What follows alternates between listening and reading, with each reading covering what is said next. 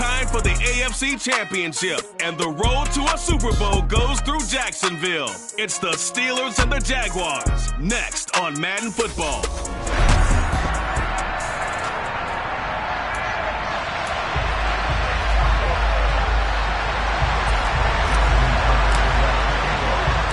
The winner here goes to the Super Bowl, and we'll know soon enough which team that'll be as we are underway in the AFC title game. And we will not see a run back on the opening kickoff. This will be a touchback. So here are the Steelers now to take over for the first time. They will be led out by the 6-foot lefty from Alabama. It's Tua Tagovailoa. And we can talk all we want about football being a team game and leaning on different parts and aspects in order to get it done. And that's entirely true during the regular season. Some weeks it's the defense, the special teams, running the football. But in the playoffs, all the pressure reverts to the quarterback, and he has to play well and play at a really high level in order for his team to win.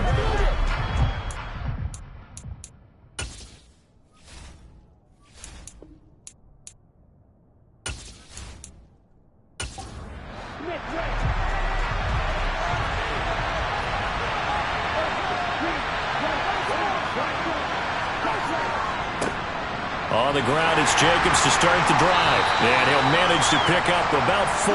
It's second down. Following the pickup of 4, here's second and 6. On play action, here's Tua. They swing that out wide to Jacobs. An early task, 2 plays in. This is 3rd and 2. Tua going to throw. And the pressure gets there, and Tua is going to be taken down. It's a loss of 10 on the sack, and it leads to 4th. But defensively, you really can't script the start much better. You get a 3 and out and a sack. Yeah, you're exactly right about that. They kept him short of a first down on 1st and 2nd down. And then on 3rd down, they pick up a sack. What tremendous momentum for them to start this game.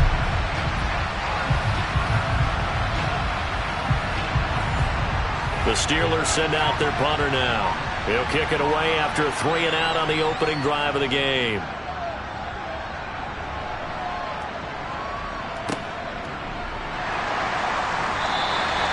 It'll be a 51-yard punt that time. And the Jaguars go on offense, first down and 10. So now we'll get a look at the other offensive unit as they come out for their first possession. They'll have Lamar Jackson calling the shots, the former Heisman Trophy winner from Louisville. Early part of his career, defenses really had to focus on his running ability, and they still do. But now, he's turned himself into a true dual-threat quarterback. When he plants his cleats in the ground and turns it loose, good things happen downfield. They'll start this drive out on the ground. And he's brought down, getting this one up to about the 35.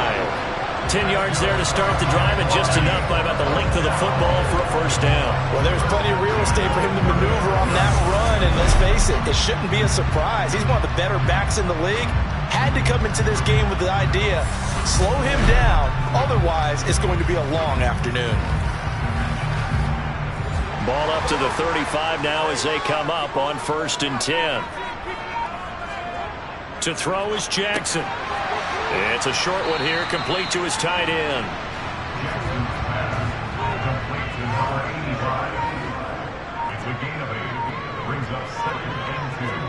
Throwing again on 2nd down. Jackson. That's caught by Gabriel Davis. Tally, that is catch number 1 for him in this AFC Championship. It's a first down.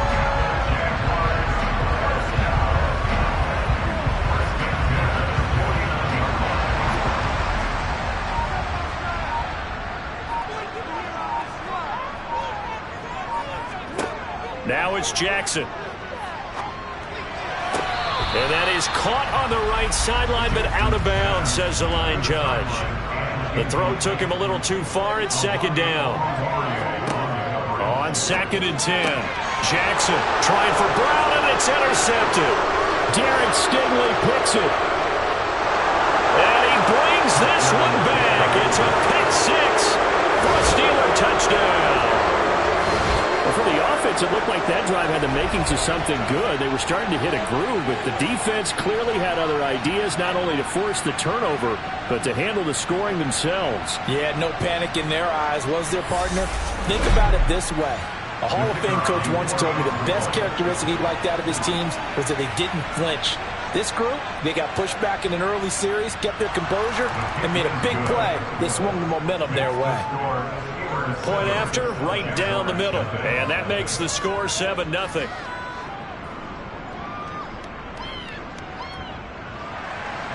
So they throw the pick six. They'll get another shot at it now as this one's in the air. This will be fielded inside the 5. And out a little across the 25 to the 27. So time to see Jacksonville get on offense for the second time here in this game. Now remember, they were just out here a moment ago through the pick six, so we'll see if they can take better care of the football this go around. Yeah, and sometimes, partner, I think it's almost better that you just throw the pick six and you come right back out on the field. You're not over on the sidelines dwelling for it for very long. You're not hearing everyone say, oh, hey, you'll get them next time. Hey, don't worry about it. All that stuff just goes right out the window. You're right back out on the field with a chance to atone. And he'll be brought down right around the 37. Able to get the 1 yard he needed, but nothing more. Not a whole lot there. The defense was ready, it looked, for that run-pass option. You get the sense that next time he has that opportunity, he may keep it himself and get to the perimeter. Probably owes his back a little bit of an apology on that one, huh? Running game working. They'll stick with it on first down. And he puts his head down and gets up to the 42 for a gain of about 6. On second down, they'll run it here. And very little daylight there. He'll get a couple up to the 44. They'll come to the line, needing only 2 yards to gain the first here. 3rd and 2. Here's Jackson. Getting the football to Davis on an out route. And he's going to have a Jags first down, I do believe. Yes, he's got it by about a yard there on 3rd and 3. We've seen quite a bit of the short passing game here early on first quarter, haven't we? We have, and I think it works a couple of ways for this team because, number one, you throw the short game until they stop it. And if they're not going to stop it, you keep throwing it, and occasionally you'll break a tackle and turn into a bigger gain. Also, if they start to creep up, start to pressure receivers, now you go over the top, take it deep, and now you get some of those big shots downfield. A little bit of space there for the first down run as that's going to get him about 5 yards.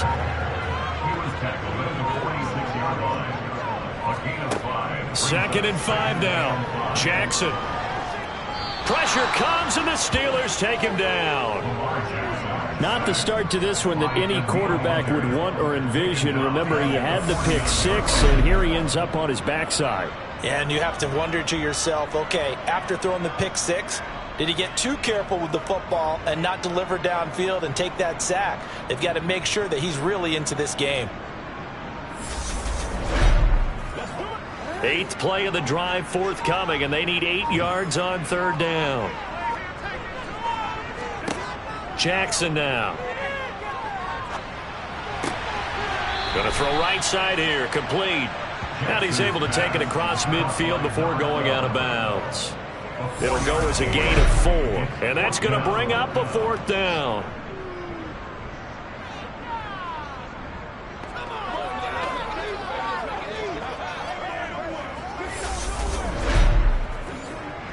So look at this. Here's the field goal unit coming out. And he is going to need to bomb this one.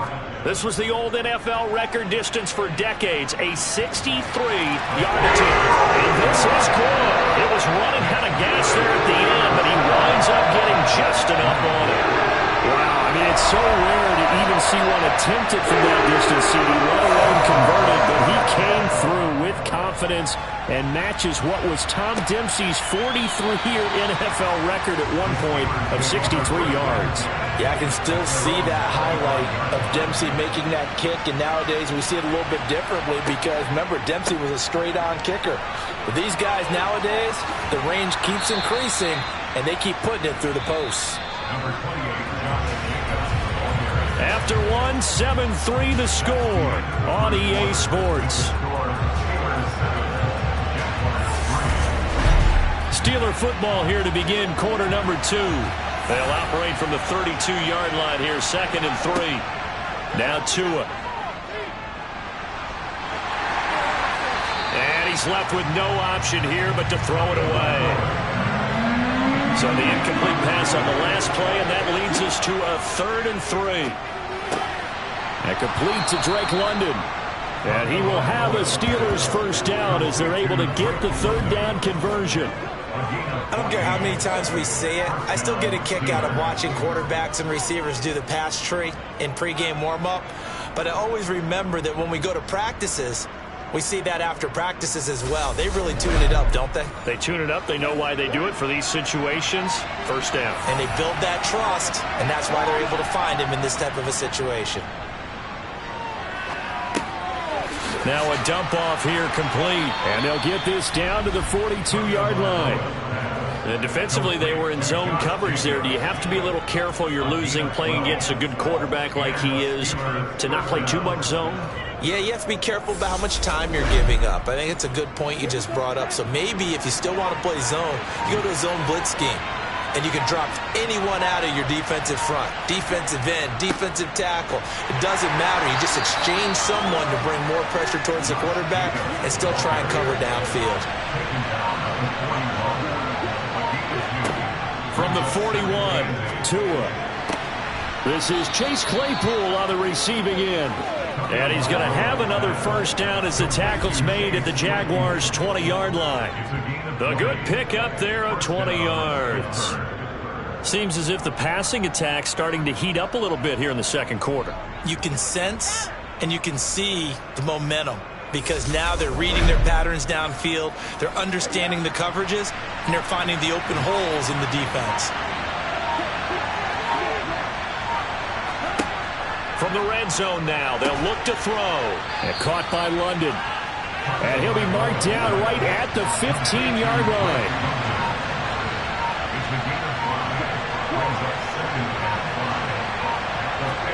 They fake the handoff. Now Tua. Looking end zone, but it's incomplete. They'll break the huddle and come up on the 9th play of this drive, needing 5 yards on third down. Looking to pass. Tua hit, and the ball is out.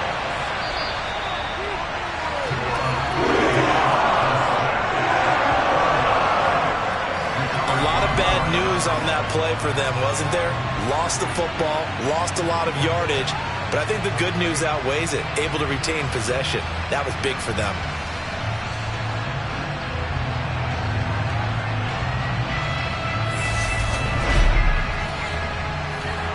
So on fourth down here, Mike Tomlin says, let's just get 3. On the left hash, this from 48 yards. And his kick is good. Didn't hit it all that well, but he got enough on it to put it through. And they push the lead up to a touchdown now at 10-3. So as it turns out, that sack doesn't wind up costing them, Charles. They at least get points, get 3 of them. Yeah, that's where your kicker can really come to your rescue because, you know, after the sack, there was a little consternation there. Are we out of field goal range? Are we going to be able to get 3? In this case, he stepped right up and gave them exactly what they needed. Out comes the Jacksonville offense as they get set to take over here. Last time out, you remember their drive stalled, but thanks to their kicker, booted a long field goal to at least get them 3. Now here they'll try to do better and find the end zone. And in our experience, how much fun is it for coaches to know that they've got a kicker who can nail it from long distance? Now, the hard part is, as an offensive play caller, you don't want that in your head too much where you're relying on it, and he goes out and gets the job done for them. But I'm quite sure he would be content to just kick extra points from here on out. Yeah, absolutely no question. I think his teammates would be okay with him just kicking the extra points as well. Jackson's throw complete here to his receiver, Brown. He's got this almost to the 40 before going out. Tally that as catch number 1 for him in this AFC Championship. It's a first down. That's a pretty throw right there. That ball's in the air a long time, but it's right on the money on the right sideline. A really good route. Moving the defenders towards the middle of the field before breaking to the sideline. What a completion there. Big-time arm strength. Very nice route. Throwing now, Jackson on first down. This will be caught once again by Brown. And they're able to work this across midfield to the 48. Well, they obviously red man covers their partner, and he got downfield, broke down the defender. Made him what do you mean by that, Bro? Yeah, he made him think he was going to run a different route.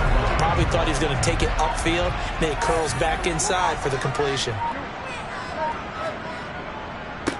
On first down, they'll go to the ground attack. Broke through some contact, but unable to reach the 40. 6 yards on that last play. Here's 2nd and 4. Play action. Now Jackson. He finds Bolden. And he's going to be taken down just shy of the 35. That was a route run not just with dexterity, but with intelligence. Found the hole in the zone, made sure the quarterback saw him, and was able to make the sure catch and flip the down marker back to 1. Now Jackson on first down. On the slant, he's got Davis. He'll be brought down on the 30-yard line after a gain of 6. Looking to throw again on 2nd down. Jackson. And he's got his man in stride, complete. And they're going to have themselves another first down as the tackle's made at the Steelers' 20-yard line. Give them 10 yards there as this offense is on a roll. This drive continues to plunge forward.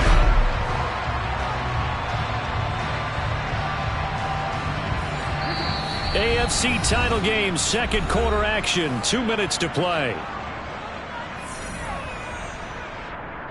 The Jags with their first opportunity in the red zone.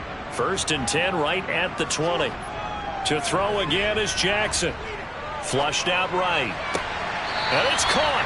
And the Jags are looking at 1st and goal as he's tackled all the way down at the 2-yard line. Just picking up yardage in bunches here these last few plays. They have moved right down the field, and just like that, they're going to be set up with a 1st and goal.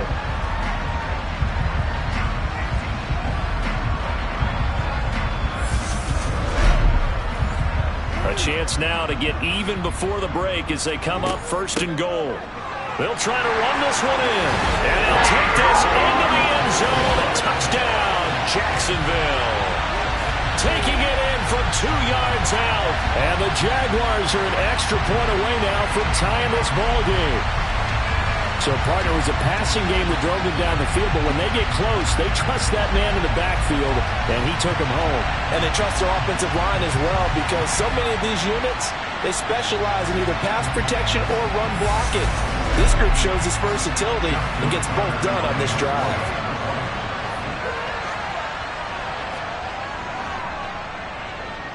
Tucker with the extra point, and we are even at 10 apiece.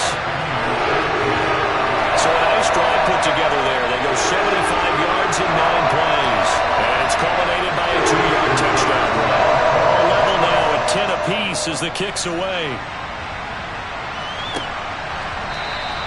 And he'll just sit on this one as their drive will start at the 25. And now out come the Steelers. And after the field goal last time, we'll see what they can get here. At least they got points out of the last drive, Charles. I never met an offensive coach that didn't want to drive to end with a kick. Most of them wanted to end with a PAT, right? In this case, a field goal, they'll take it. Way better than the alternative, which is a punt. Yeah, but you met fan bases that wanted that, that weren't happy with that field goal. I haven't met a fan base yet that wants to drive to end with a kick, other than the extra point. That's it. Now the Steelers use the first of their 3 timeouts as they'll stop it with just over a minute to go before halftime. Good reactions there defensively. That screen was a little slow in developing, and they shut that one down with little gain. 3rd and 1, and Tua wants to throw it. Now they go screen. It's complete. And he'll be taken down, but he does have first down yardage. Now another timeout called for by the offense as they get the stoppage with a little over 50 seconds to go in the first half. Line of scrimmage, the 37 on 1st and 10. Here's Tua. Going right side here, and that's complete. Now the Steelers hustling up to the line of scrimmage.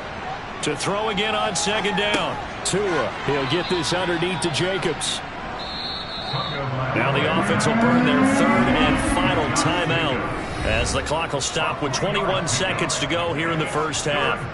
That might feel like a little bit of a lost opportunity there for the offense because the defense brought pressure that time.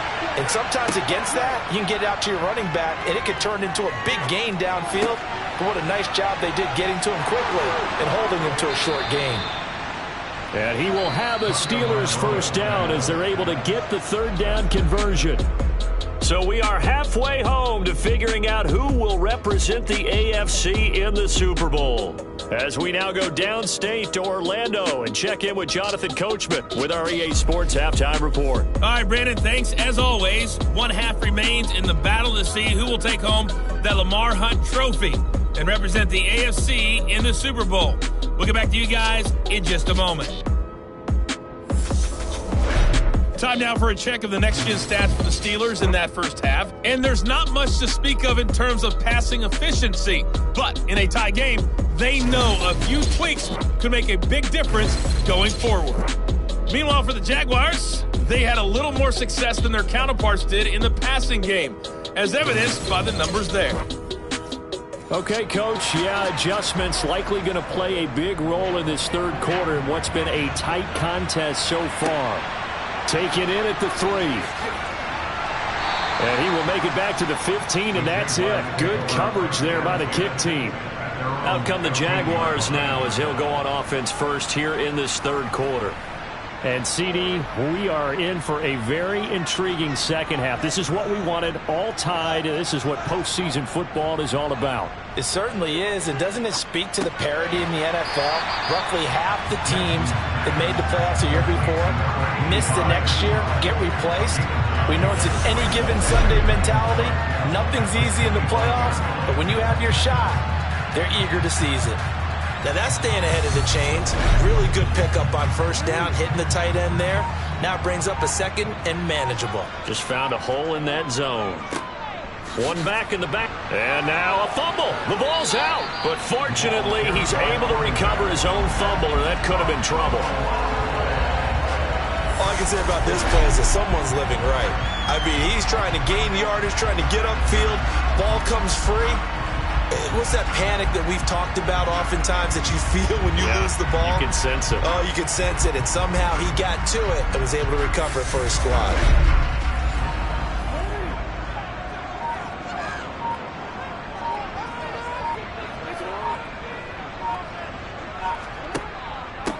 Right back to him on first down. He'll get a yard, that's all, as they get him down at the 28.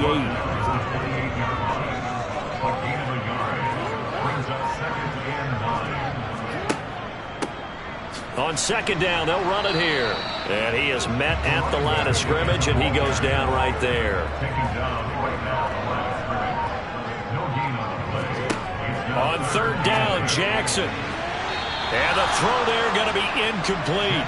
Here's A.J. Cole now as he's on a punt for the first time this afternoon. He steps into this one, and this is a rocket.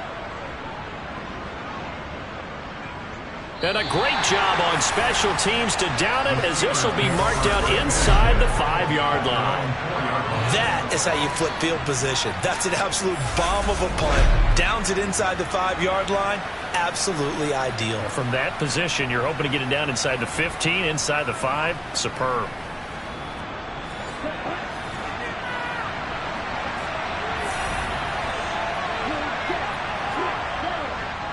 They'll begin on the ground with Jacobs.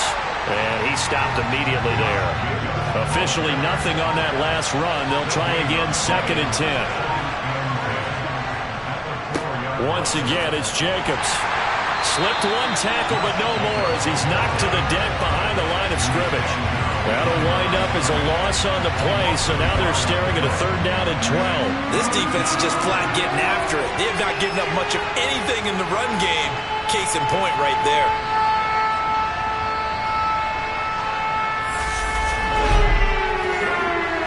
They'd like to avoid punting from their own end zone so they could use something here on 3rd down.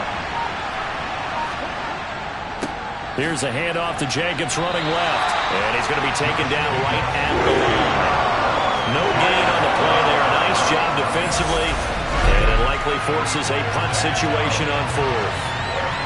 as usual, the hallmark of a good run defense. Linebackers making plays near the line of scrimmage. Absolutely nowhere to run there. The Steelers send out their punter now, as he'll punt it away for the second time. And he's able to get it out of there, and this is a pretty good kick. Let's take it inside his own 40. A big kick, 50 yards that time, with a return of 4. And it will be 1st and 10 as they take over. And out now comes Jacksonville as they get ready to go. We have not seen much on offense here from either side these last few drives. We've hit a wall, so to speak. And have hit it hard, haven't we? Because the defenses right now, they seem to be a step ahead, don't they? Beating them to the point of attack, beating them to the punch. These offensive guys are tinkering like crazy. What's it going to take to get back on track? Yeah, both sides searching for adjustments. There's a throw over the middle. It's taken in by his tight end. And he'll be brought down just short of 40. Many different ways to create space, but on that play, he did it with that big, wide body of his. Didn't get a whole lot of yardage on the play, but it did what it was supposed to, pick up a first down. Inside 4 minutes to go, third quarter. Jackson on first down. Over the middle, it's complete. And he'll be brought down at the 27. Caught that look from you there, partner. I think we're on the same page on that one. Just his first catch. I think we both thought he'd be a little more active in the passing game. Let's see if that's the start of them trying to get the ball to him a little bit more here in the second half.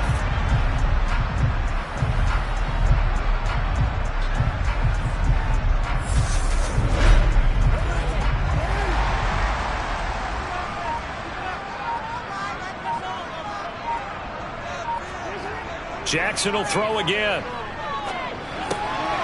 And he's got his big tight end here.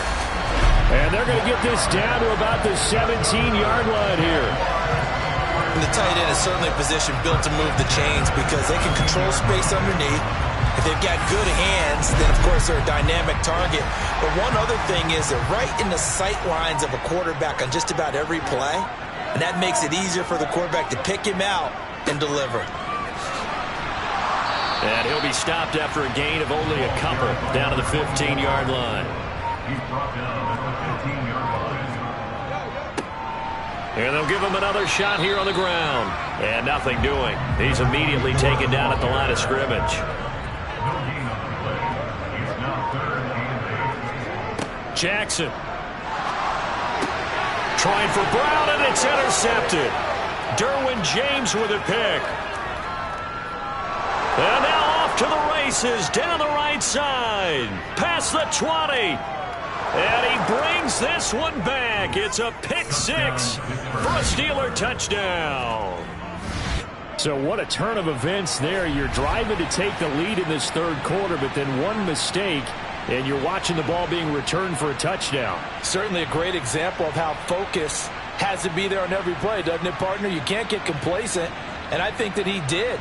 He's got him moving downfield, but that's a play where he just shouldn't have thrown the football. And ultimately could wind up costing him the ball game.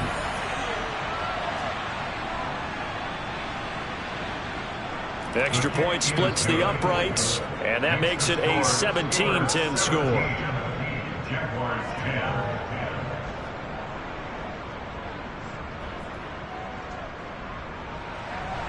So they'll get another shot on offense following that pick 6. And now the kick is away. Fielded just outside the goal line. And he'll get it up just past the 20 as his guys will go to work at the 21-yard line. Out comes the Jacksonville offense as they get set to take over here.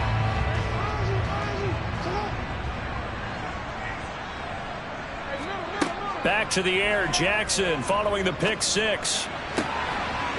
And he will find his man on the outside. Jackson's pass caught by number 10. Out of bounds at the 23-yard line. 2 yards on the pickup. It's 2nd and 8. 1 quarter remains for the right to go on to the Super Bowl. We'll return with more after this break. You're watching the NFL on EA Sports. Ball at the 23, 2nd and 8. Now it's Jackson. It's a short one here, complete to the tight end. The offense on third down, they've only converted once in 4 tries. Here it's 3rd and 2. Throwing is Jackson. Throwing for his running back, and he's got him complete. And he will have a Jaguars first down by a couple of yards as they're able to get 4 there on 3rd and 2. I'm not sure that was necessarily a safety valve or a check down throw on 3rd down. Sometimes just try and find the open guy and get him the ball. He did exactly that and found a way to pick up a first down. So signs of life in what's been a dormant offense in this second half. Here's 1st and 10. Here's Jackson. Oh, it's a screen pass. That's complete. And he'll be out of bounds after getting this one across the 40.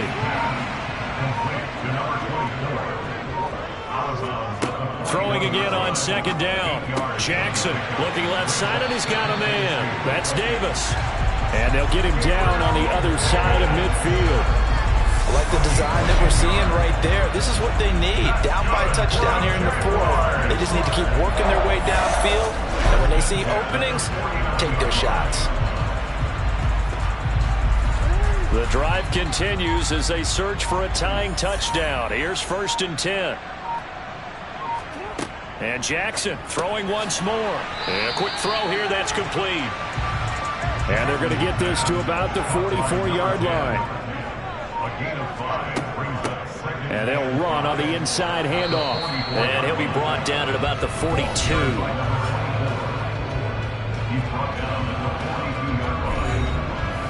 The 8th play of the drive coming up. It's 3rd and 3. They go play action with Jackson. And he gets it to Bolden. And they're going to get this down near the 35-yard line. I got a kick out of that one, partner. You and I talk often about trying to hide receivers in certain situations, but a guy of his size can't really hide him. But the tight end drag route, definitely an effective way to sneak him across the formation for an easy completion and a first down. Ball up to the 35 now as they come up on 1st and 10. Jackson. It's a short one here, complete to his tight end.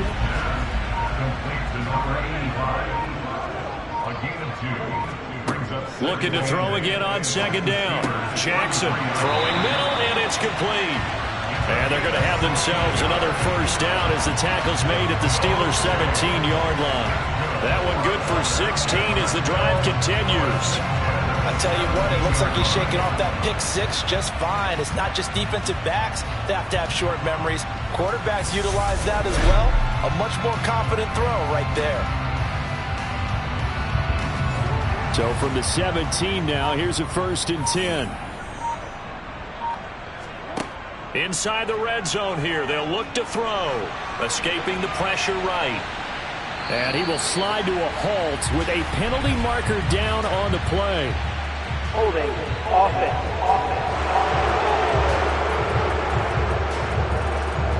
So following the hold, they're in a bit of a hole here with a 1st and 20. To throw is Jackson. It's a short one here, complete to the tight end. And he'll be marked down right at the 20-yard line.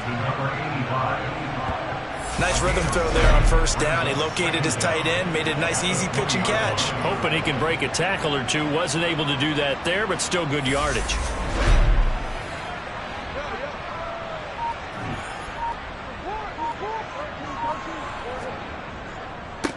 On 2nd down, they'll run it here. And he will get this into the end zone for a Jaguar touchdown. A great play there. His 2nd touchdown of the afternoon. And the Jaguars are an extra point away from tying this game here in the 4th. We are set up for a fantastic finish now. A 4th-quarter touchdown here. We're an extra point away from a tie football game. And I know they're thinking about possibly going for 2, but I'd go ahead and kick this one and just get it back to level. Don't forget the extra point. It's up and good. And we've got a tie game here in the 4th. 17-17 the score. All even to this point as the kick's away. taken at about the 1.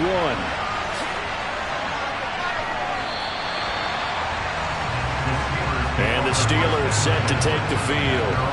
And this one likely on the short list for Game of the Year candidates. And boy, did it come in a good one here in the playoffs. All tied in the 4th with a berth to the Super Bowl on the line. Buckle up, everybody. Setting to throw on first down is Tua. He's going to loft one deep left side here.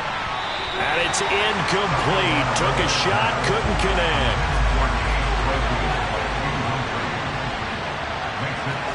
Now a play fake. Here's Tagovailoa. They swing that out wide to Jacobs. They get 7 out of that, so they're left with a 3rd and 3. Coming up to the line, and they will need to run another play here before the 2-minute warning. Tagovailoa going to try and throw on 3rd down. Got his man. It's London. And he will have a Steelers first down, and he was able to get it by plenty. A gain of 8 on 3rd and 3. 8 yards, first down as they're able to convert.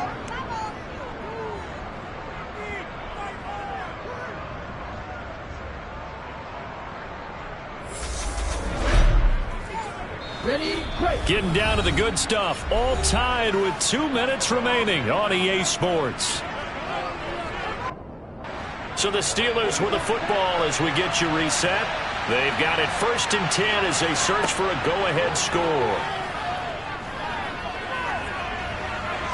And now a throw on first down there, but it's incomplete. So after the incompletion on first, now 2nd and 10. Now Tua. And that is incomplete here. Now they face a 3rd and 10 after back-to-back incompletions. Here's Tua.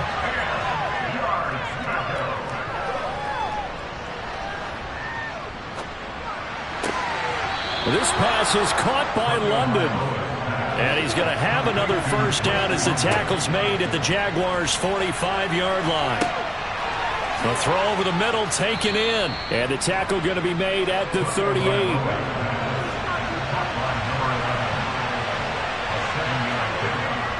On 2nd down, Jacobs. A minimal gain there on the 8th play of the drive. A potential field goal if you're thinking about that. Almost 55 yards from here as they try to get closer on 3rd down. Well done to sniff that out defensively. He had it diagnosed pretty quickly. I love that description because diagnosed is perfect on that one. Read his keys, made the play, and he couldn't even get going moving the football.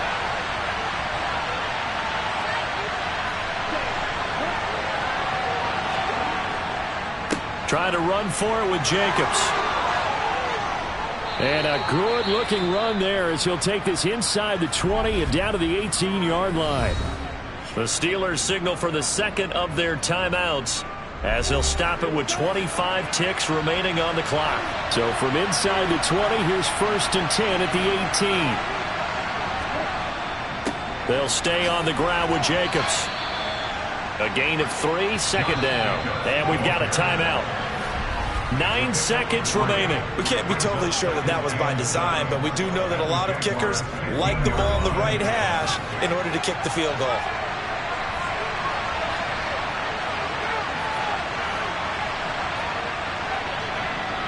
And his kick is right there. It's good, and it's celebration time on that sideline as they have taken the lead in the final seconds. So in an evenly contested AFC title game, that very likely was the kick that'll send them to the Super Bowl. And that's why you and I are up in the booth. Can't even imagine the pressure he was under right there. I mean, that's a career definer. And he stepped up and calmly put it through the uprights. Taken at the goal line. And able to get this across the 20, but not much further as he's dropped at the 23-yard line. The Jacksonville offense set to begin their next drive. A long drive last time out for this offense, Charles. If you remember, they started basically in the shadows of their own end zone, marched it down the field, and a lot of that was through the passing game. And partner, as a former defensive back, I'm having almost a physical reaction watching what's happening right now, but let's give credit where it's due because they've done an excellent job moving the ball through the air. Secondary getting picked apart pass by pass. Obviously, they need to make some adjustments there on the back end. Yeah, because offensively, we know that they're not going to be shy about throwing that football. So, Charles, oh so close on one side to getting to that Super Bowl. Oftentimes, we just show the stage and the glitz and the glamour, the confetti. You sometimes forget about those guys going home. It's got to be tough. It's got to be beyond tough, because finding a way to steel yourself, make that resolve to come back and do it again, because it took a lot of work just to get to this point. It's going to be a difficult offseason for them. Let's see how they bounce back.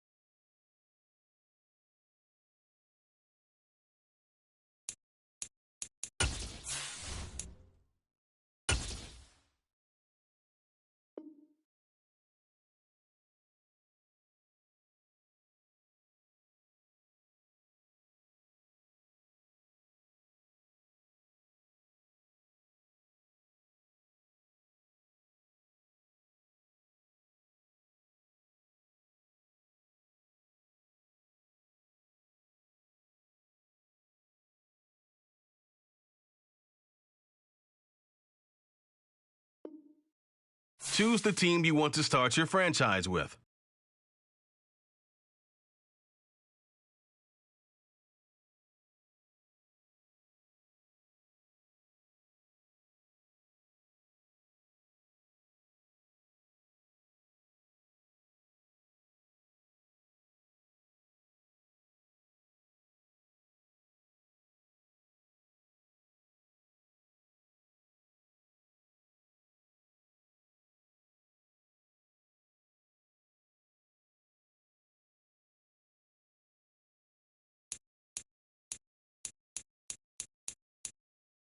Continue ahead to begin your franchise.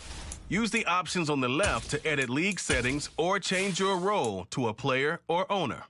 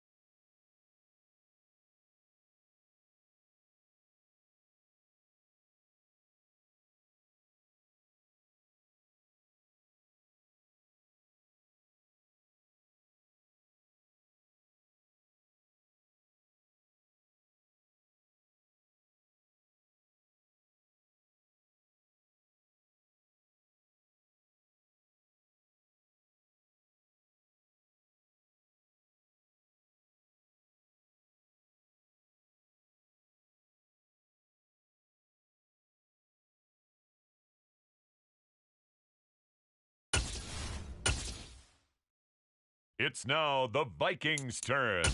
On the clock.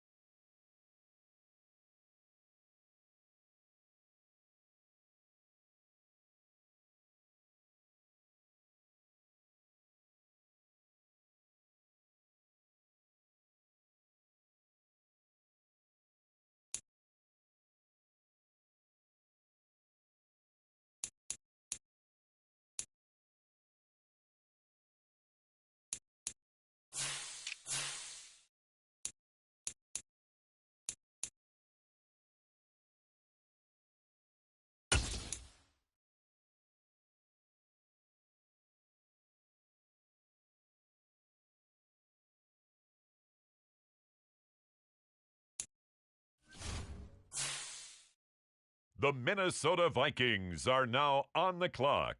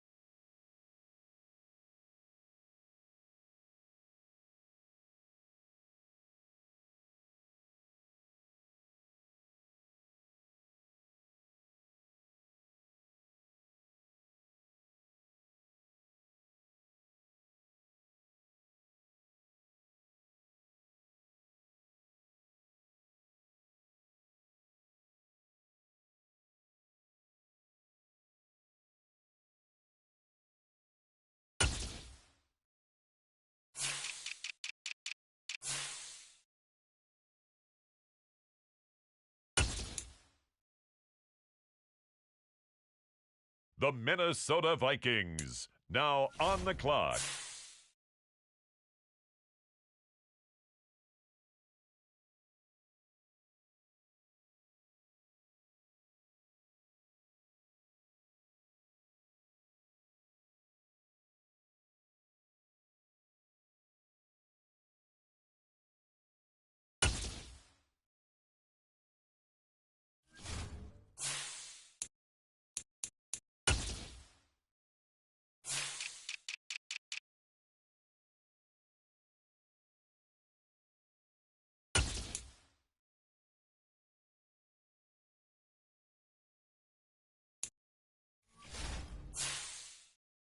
And now on the clock, the Minnesota Vikings.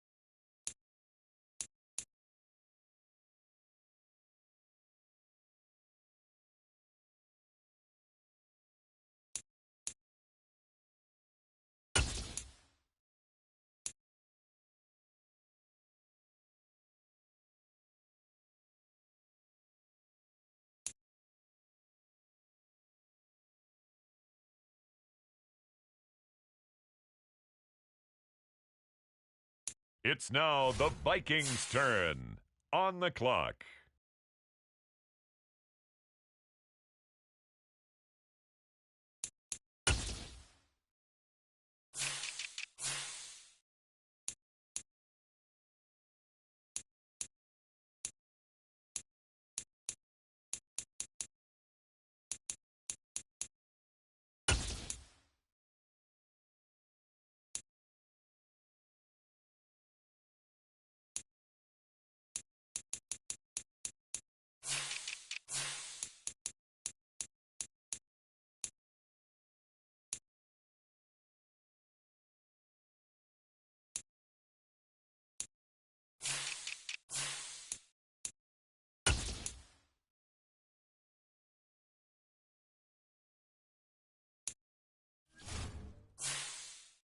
The Minnesota Vikings are now on the clock.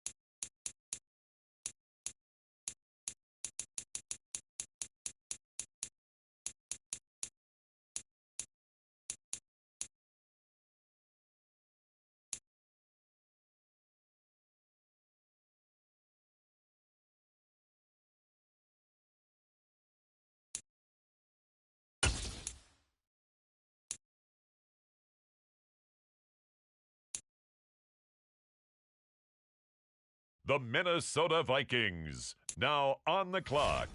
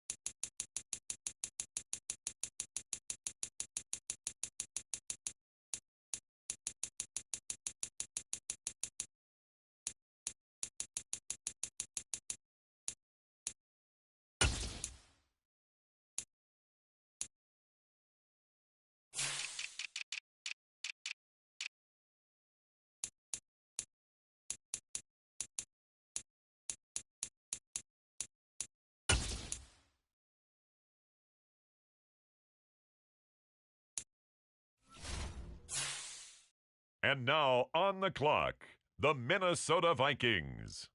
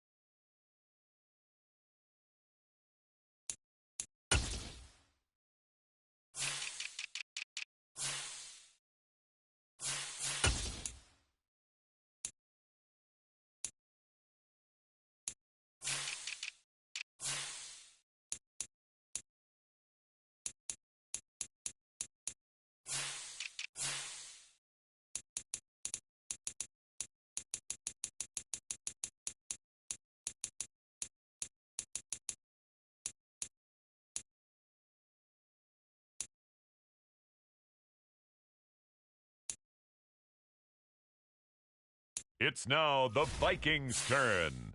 On the clock.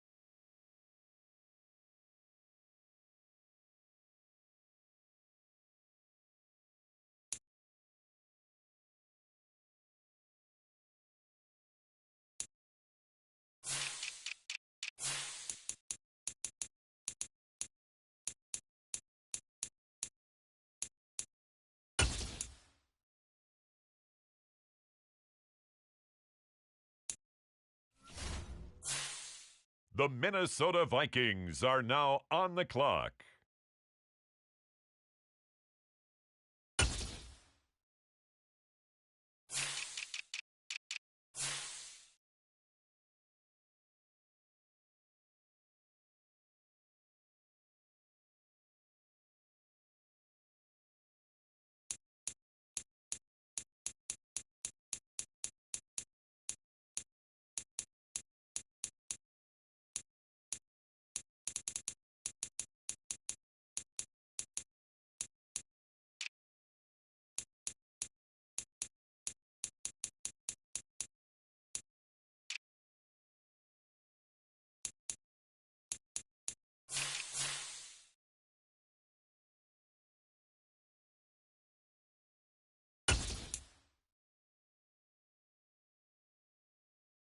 the Minnesota Vikings, now on the clock.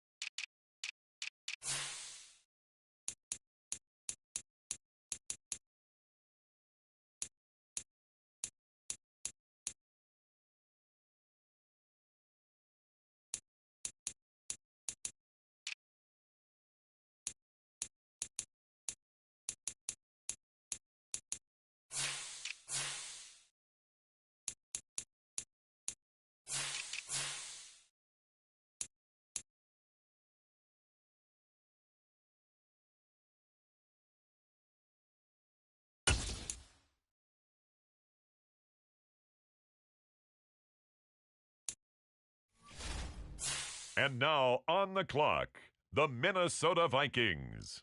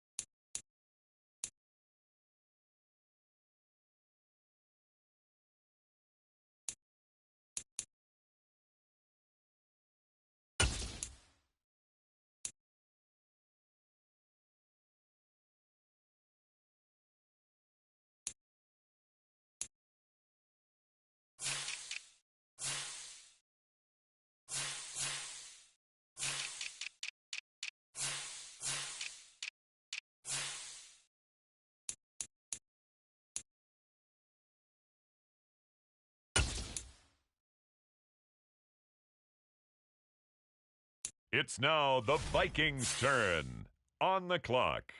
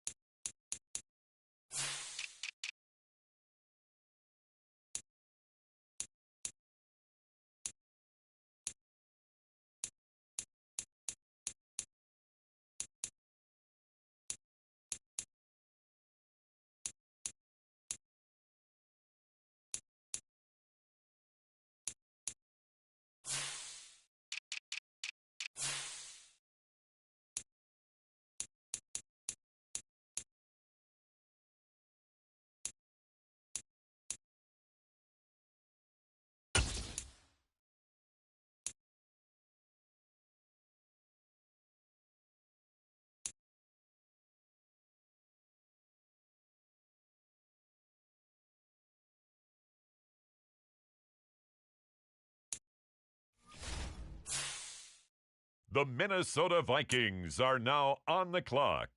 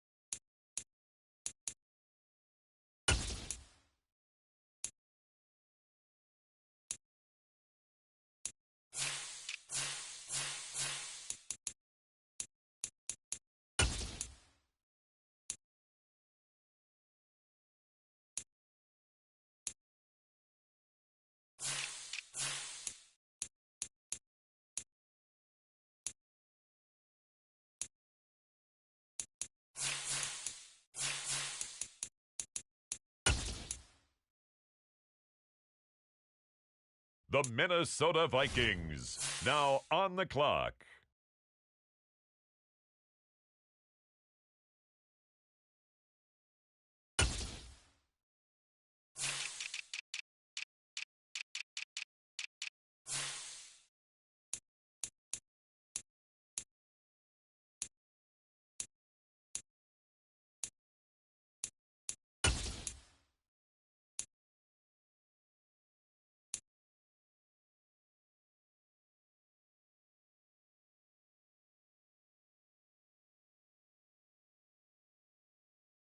And now on the clock, the Minnesota Vikings.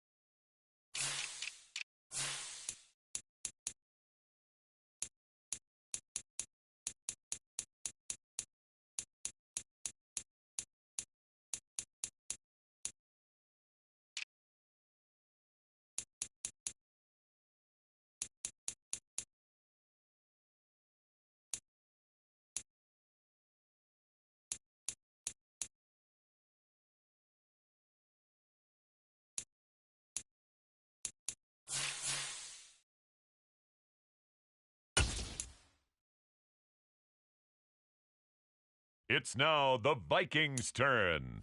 On the clock.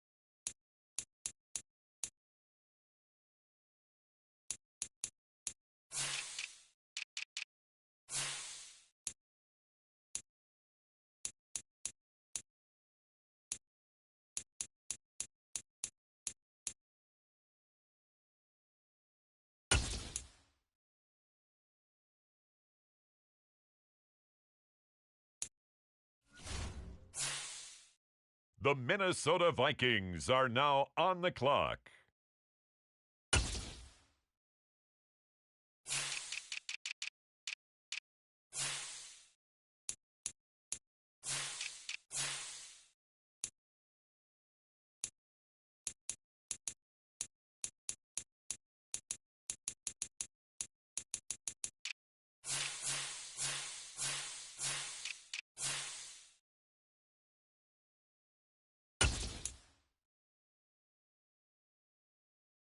The Minnesota Vikings now on the clock.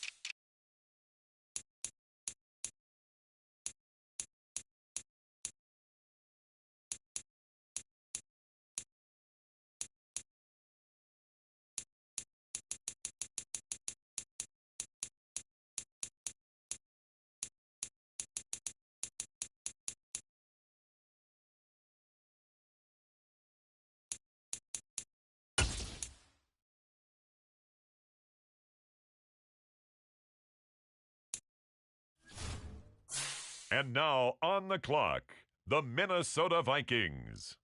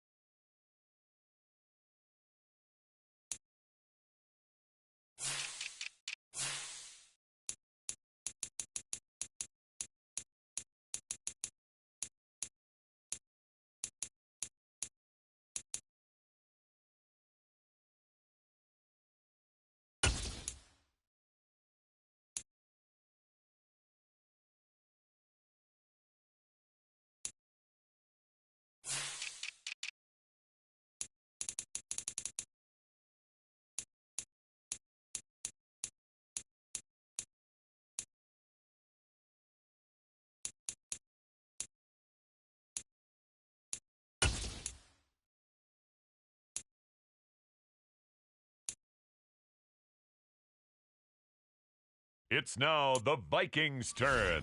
On the clock.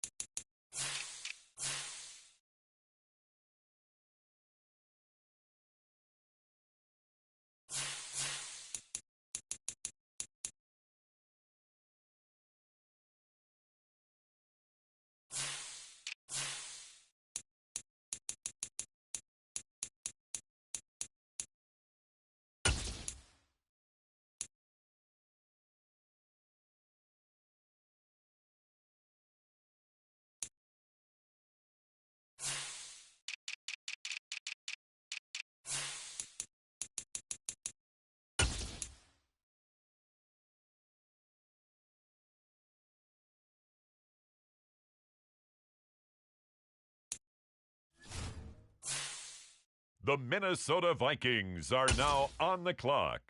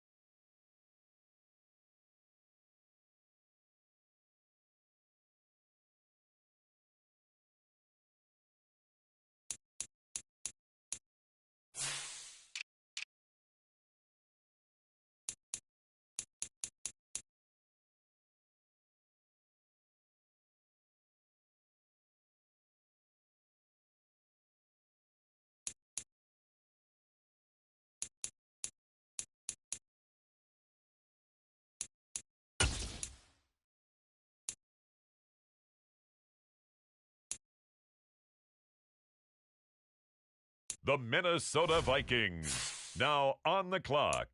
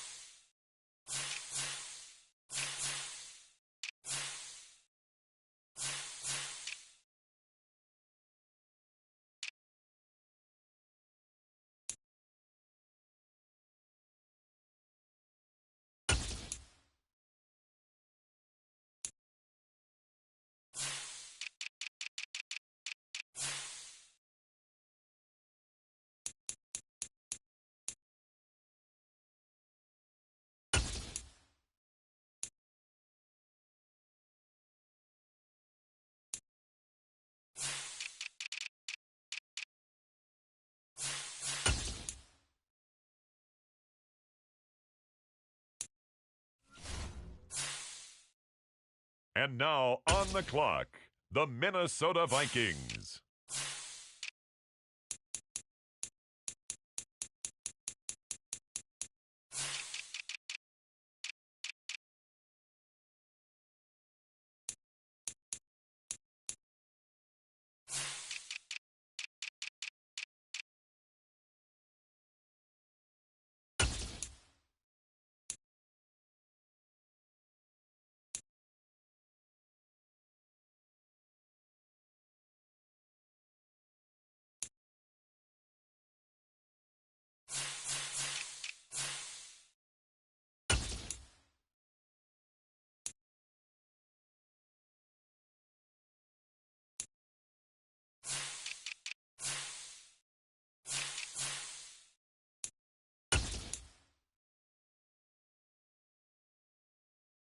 It's now the Vikings' turn.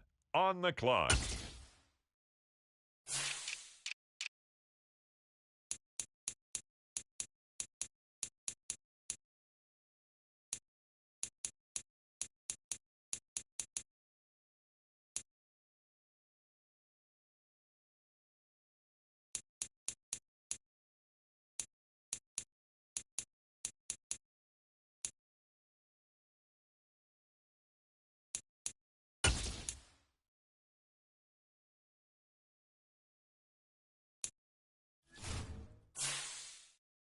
The Minnesota Vikings are now on the clock.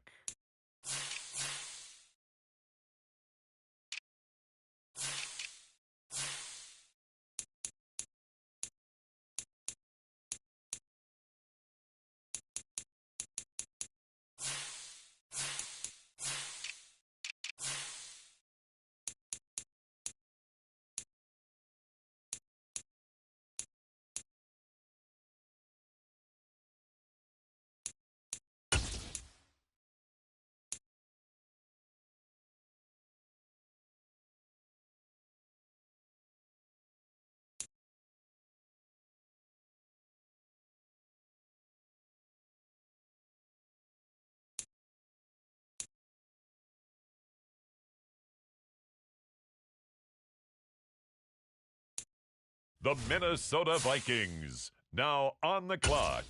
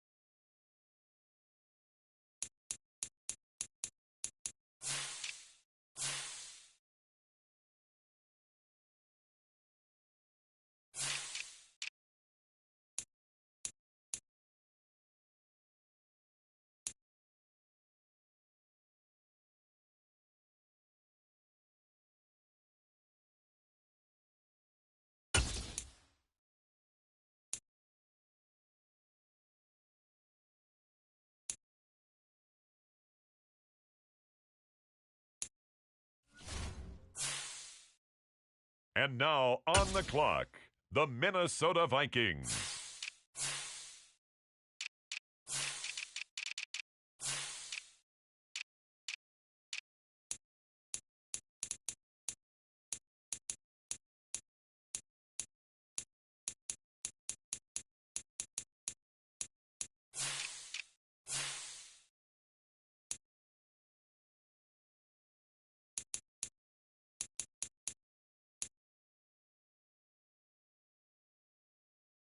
It's now the Vikings' turn. On the clock.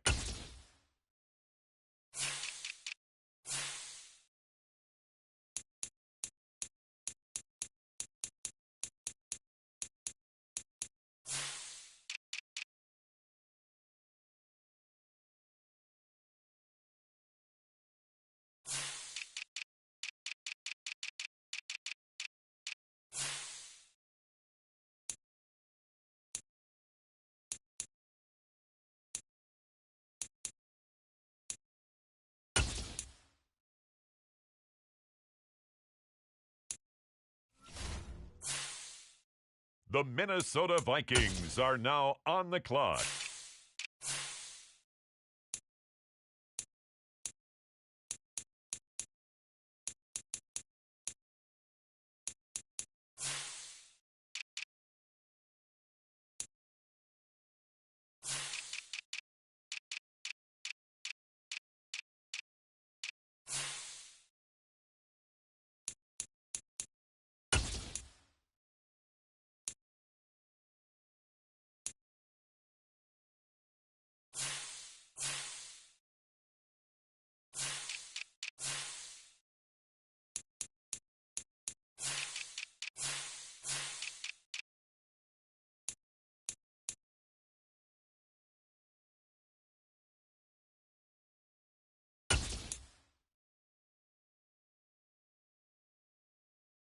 the Minnesota Vikings. Now on the clock.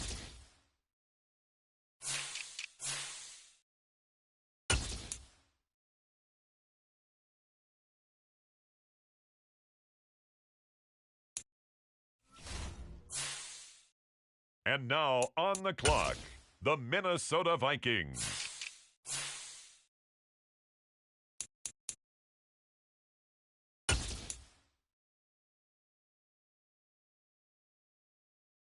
It's now the Vikings' turn. On the clock.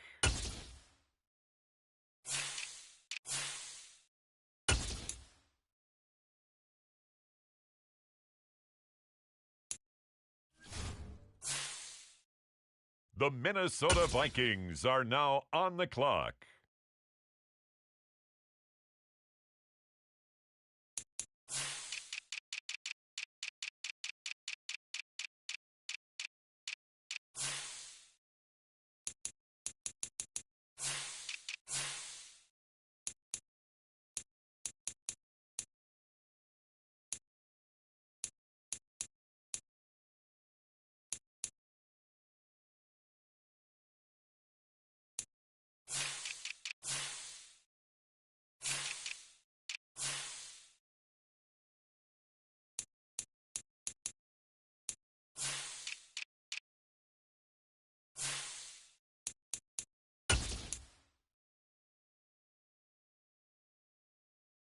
The Minnesota Vikings, now on the clock.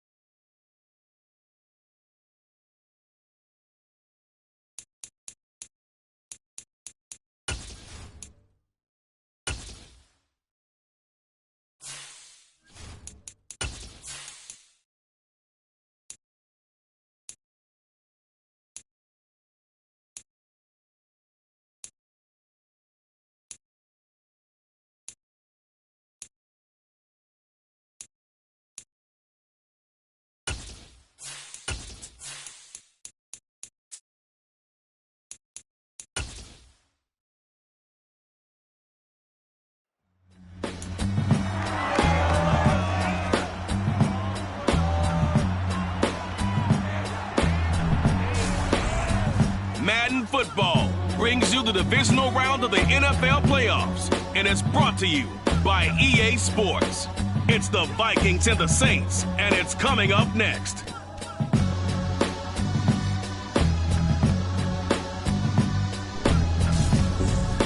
EA Sports coverage of the NFL playoffs brings us to a sold-out and absolutely rocking Caesars Superdome in downtown New Orleans. Coming up, an important divisional round matchup in the NFC between the Minnesota Vikings and the New Orleans Saints. Hello, everyone. As the postseason continues here on EA Sports, we're pleased to bring it to you. Alongside Charles Davis, I'm Brandon Gaudin. And who has the edge here? You got one side that had some extra rest, but another comes in off a win last week in the wild card round. And it's funny, depending on which team you are, you say that that's an advantage. You'll take the rest, you'll take the week off, get your guys healed up a little bit and ready to go. But that team that's coming in off of a win last week, they're really excited to keep playing. They feel like they are hot and ready to go.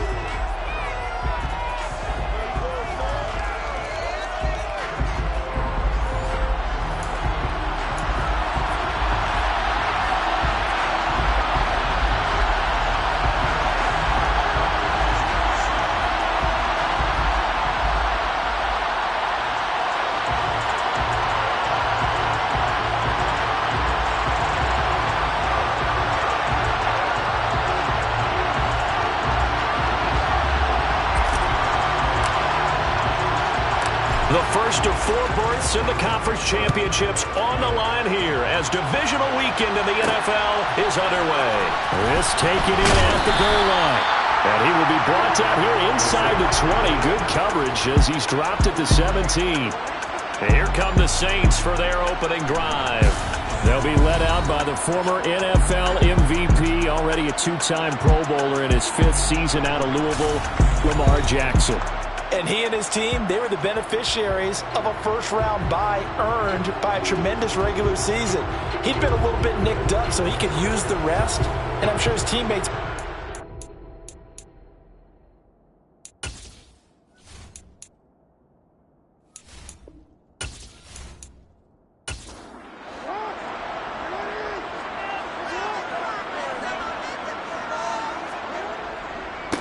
So the drive's going to start with Pollard.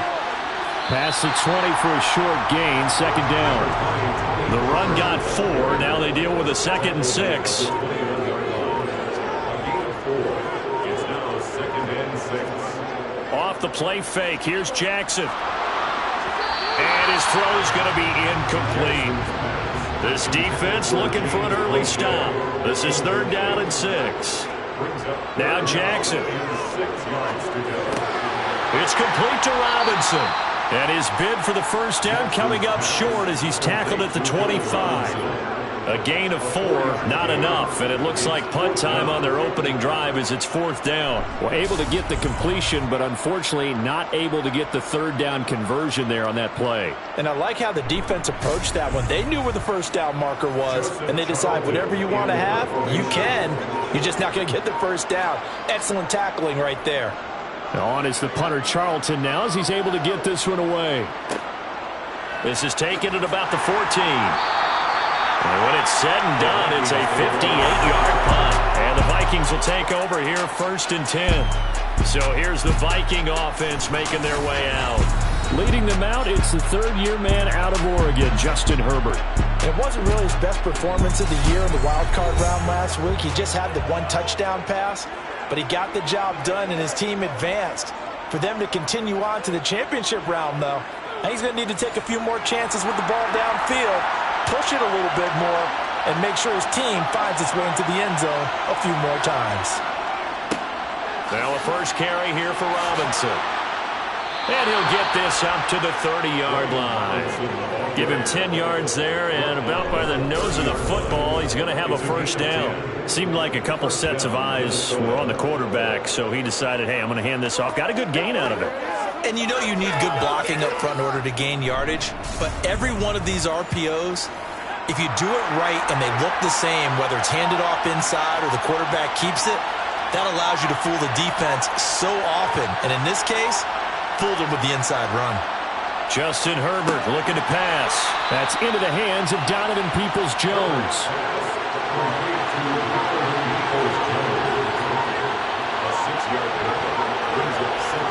Herbert off of play action. Open man, that's Devontae Smith. And they're going to get this up to midfield. Well, I think when they look at their offense, they think to themselves, weapons, weapons everywhere, and they want to move the ball around. They want to spread it to different people, but you absolutely know they want to get this man involved as well, and that's what they just did on that play.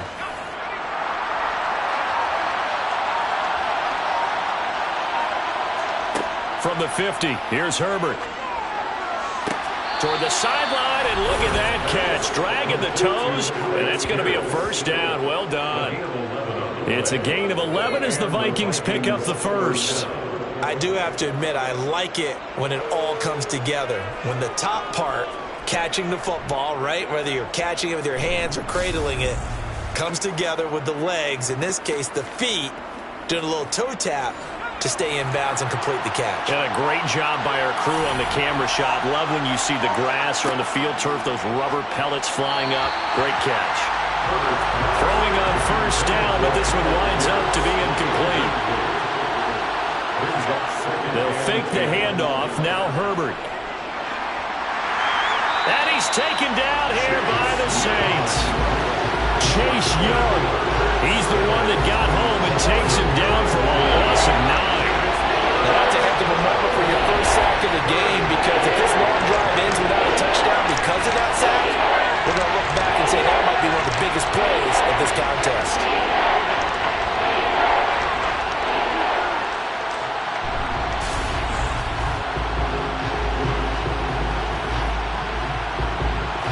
Seventh play of this drive coming up, but a long way to go on third down. Herbert. And pressure coming, and they got it once again. The linebacker, Robert Spillane, making a big play. They'll make that a second sack here on their first drive out defensively, and not to get ahead of ourselves, but they're on pace for double-digit sacks at this point. Well, they're going to have to find a way to tamp that down, aren't they? So if you're the play caller, you're telling your quarterback maybe some screens, maybe some draws, hard count, use your voice inflection a little bit, anything to try and slow that pressure down. On fourth down, A.J. Cole comes on to punt.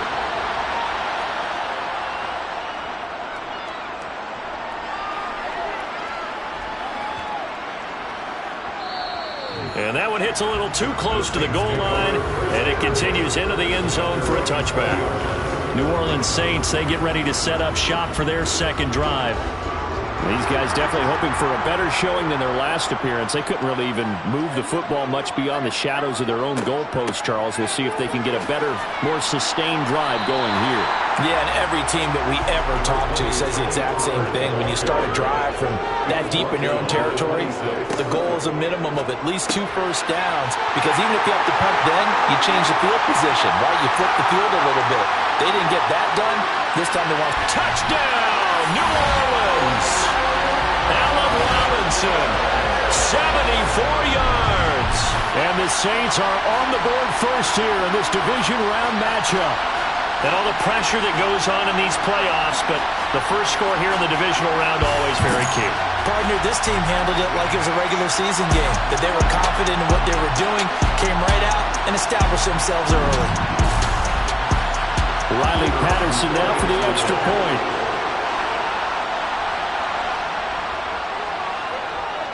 And it's good as the Saints have a 7-0 lead.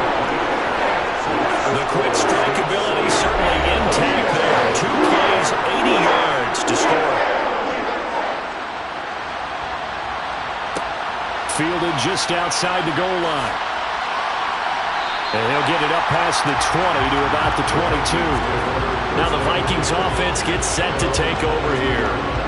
Defense got the better of them last series, forcing a punt. See if they make a few changes in the game plan here and try to get points out of this drive. 1st and 10. Now Herbert with it, looking to pass. Eluding the pressure. And he's going to have to eat this one as down he goes. It'll be a loss of 7 on the sack, and it brings up second. And that is the third sack this offensive line has allowed this first quarter. Yeah, that puts him on pace. Let me do the rudimentary math here. To be sacked 12 times in a game, I know he's not going to go for that. I wonder if it's going to reshape what they decide to do on offense in terms of play calling. Well, I can tell you what, when he popped up, shaking his head, frustrated right now behind center.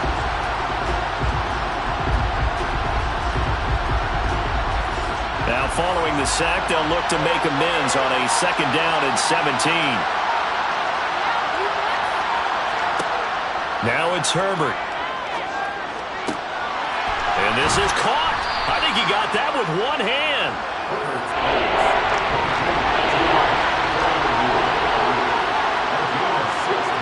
3rd and 2, Herbert. And here's Freiermuth again. And they get him down, but not before he takes it across the 40-yard line.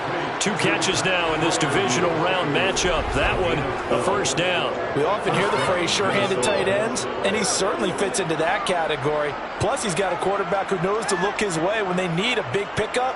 And on this play, he finds it for the first down.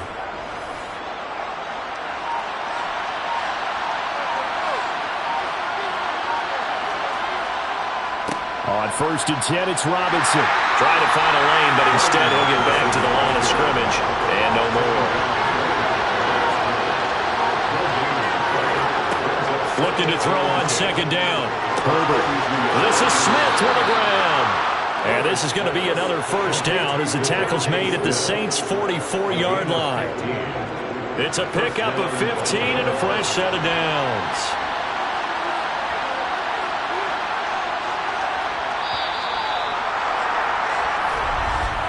After 1, 7-0 on EA Sports. The Vikings with the football here to begin the 2nd quarter, as they've got it with a 1st and 10. Back to throw here, Herbert. Finding Pierce on the crossing route. And they move this all the way down to the 9. It's a gain of 34. We saw these guys have some big plays in their wild card win last week, and they're certainly going to need to continue to put up plays like we just saw there if they hope to continue to move on in these playoffs.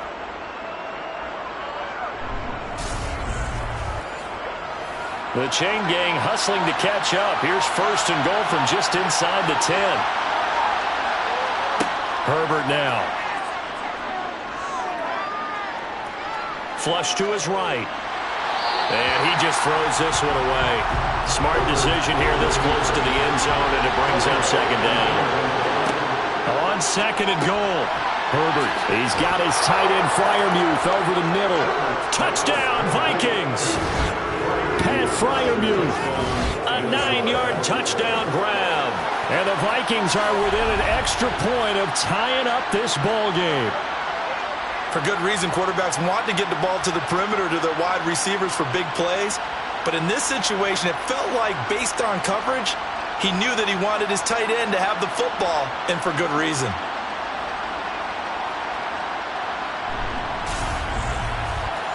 Evan McPherson for the extra point.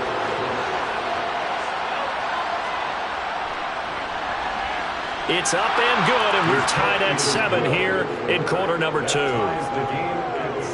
So that drive takes him down the field in 8 plays, and it's polished off by a Viking score.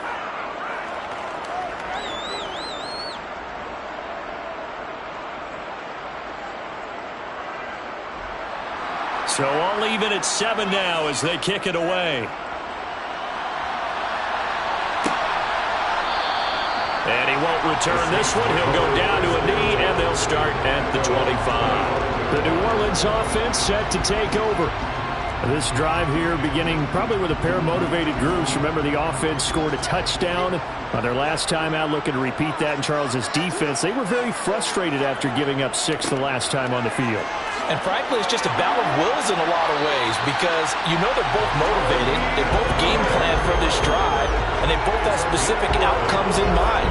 To me, it just comes down to who can execute better and which side can step up and assert its will over the other. For a lot of guys playing this game, there's no better feeling than running right through a tackle. He's able to lower his center of gravity and turn his legs for a really nice pickup. So from the 36 now, 1st and 10.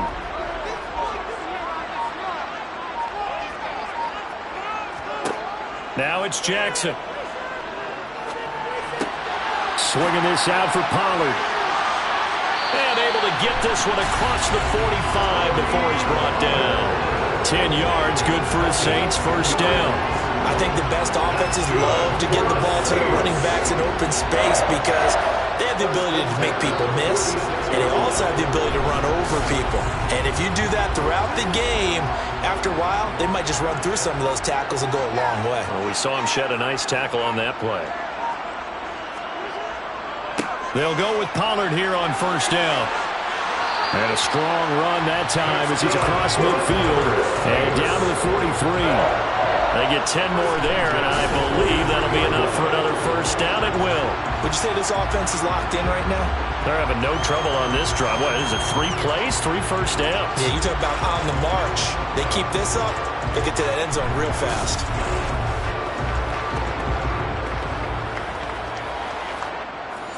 From Viking territory now, they'll come up 1st and 10 at the 43.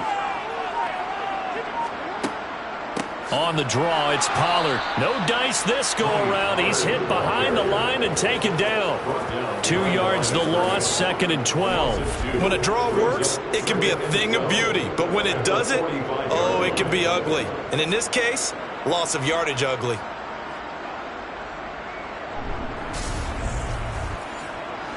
Now they contend with a 2nd and 12 after the loss. Here's Pollard again. And he's going to be met at about the 43. Right where this set of downs started, they need a full 10 here to pick up the 1st down and move the chains. On 3rd down, Jackson. Finding his safety valve here. That's complete. And he'll go out of bounds after taking it a little further down inside the 40. 5 yards, not enough, and it'll be 4th down. We can make this one pretty simple. Locked up all of his progressions downfield, forced to get it to his running back. But how about the way they ran to the football and knocked him down to force a 4th down?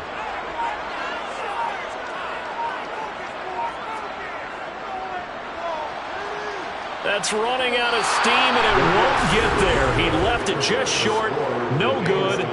These playoff games have a tendency to be tight. You have to wonder if that missed field goal could haunt him later. Yeah, we're always looking for the key plays, right? The ones that we're going to magnify. Usually those happen in the 2nd half or later in the game.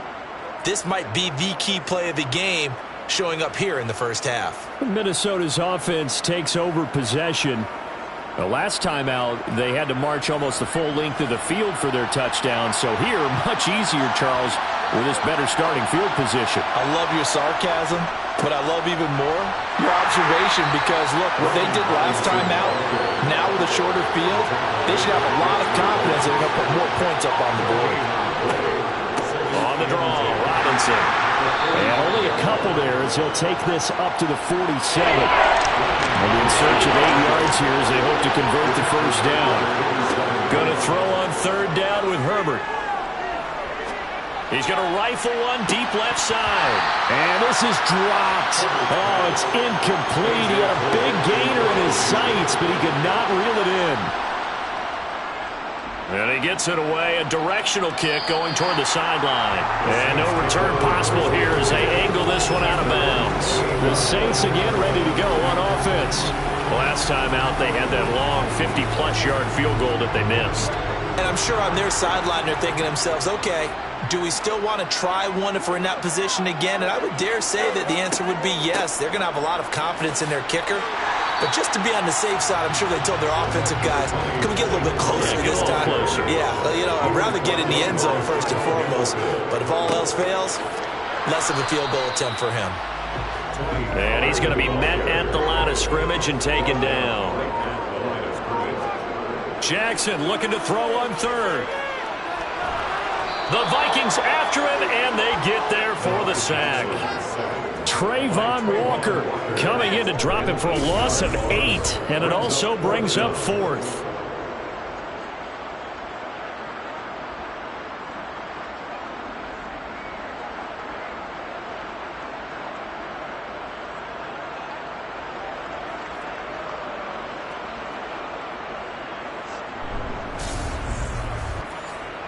The Vikings going to signal for the first of their timeouts. So as they take it over, we step aside. On fourth down, Joseph Charlton on to punt.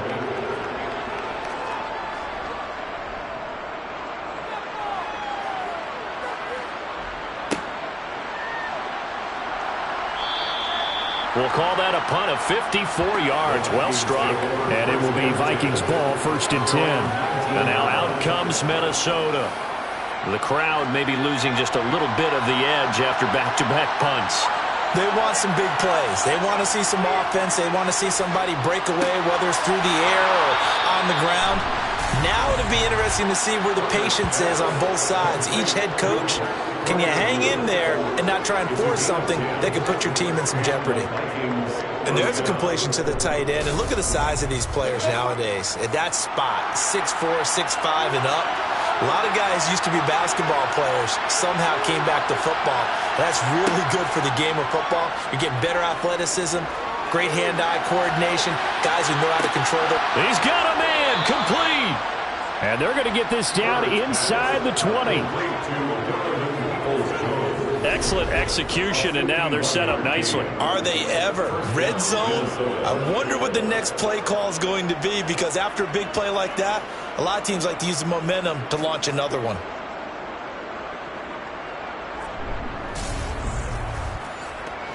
So here's a 1st and 10 now, down inside the 20. Herbert operating from the red zone. That one finds Pierce right side. Now the Vikings will use the second of their timeouts, as they'll stop it with just over a minute to go before halftime.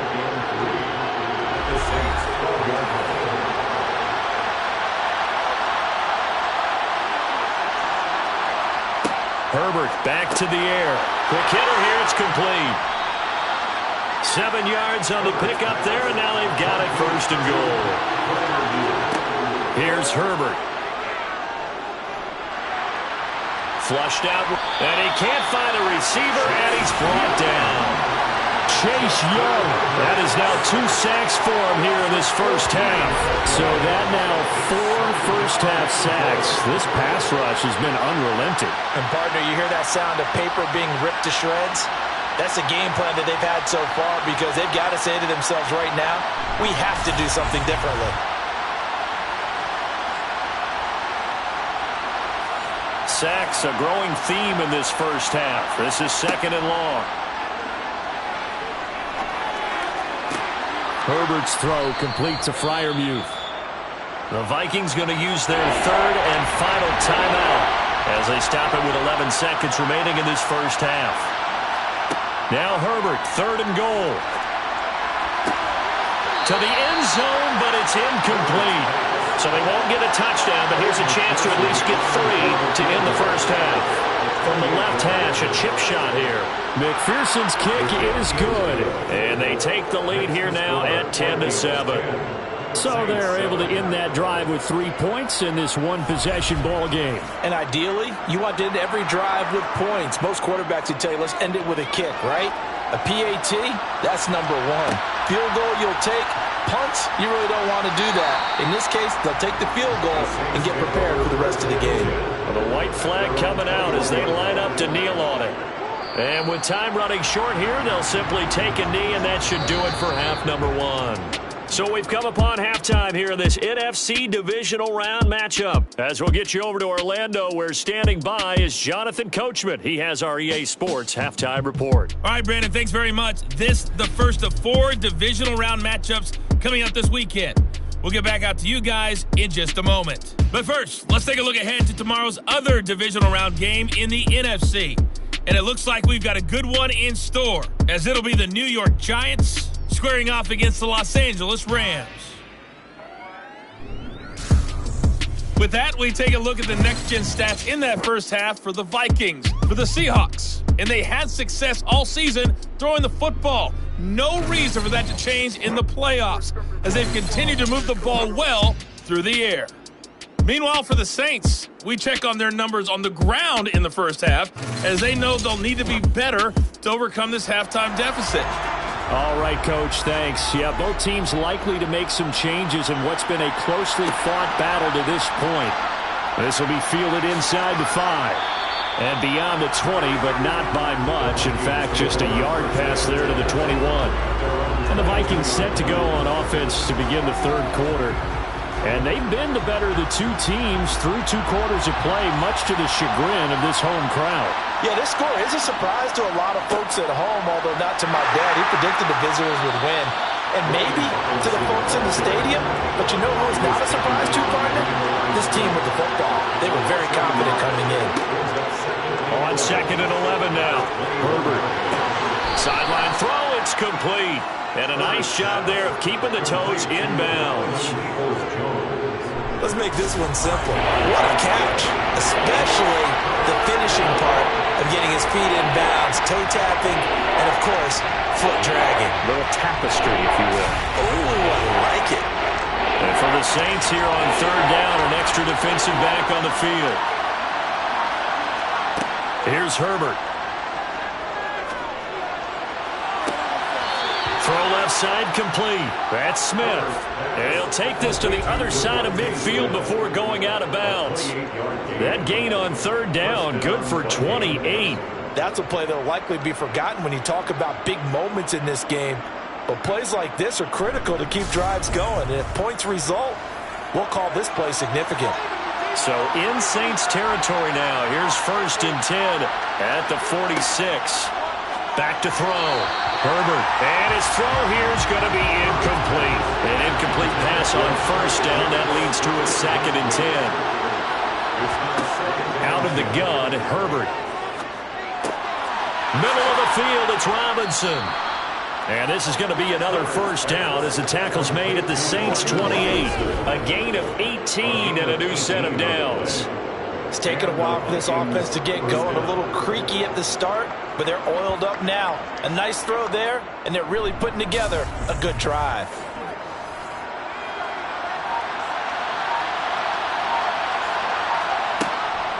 Hand off to Robinson out of the shotgun. He'll take it inside the 25. 3 yards on that last carry. Here's 2nd and 7.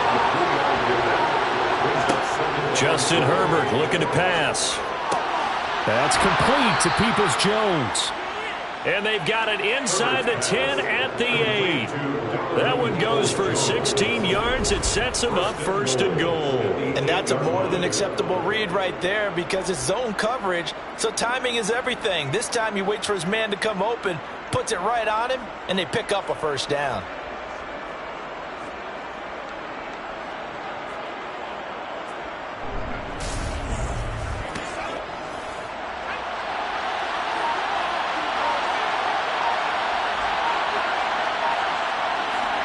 A shotgun snap for Herbert. He's got his man. It's taken in for a Viking touchdown.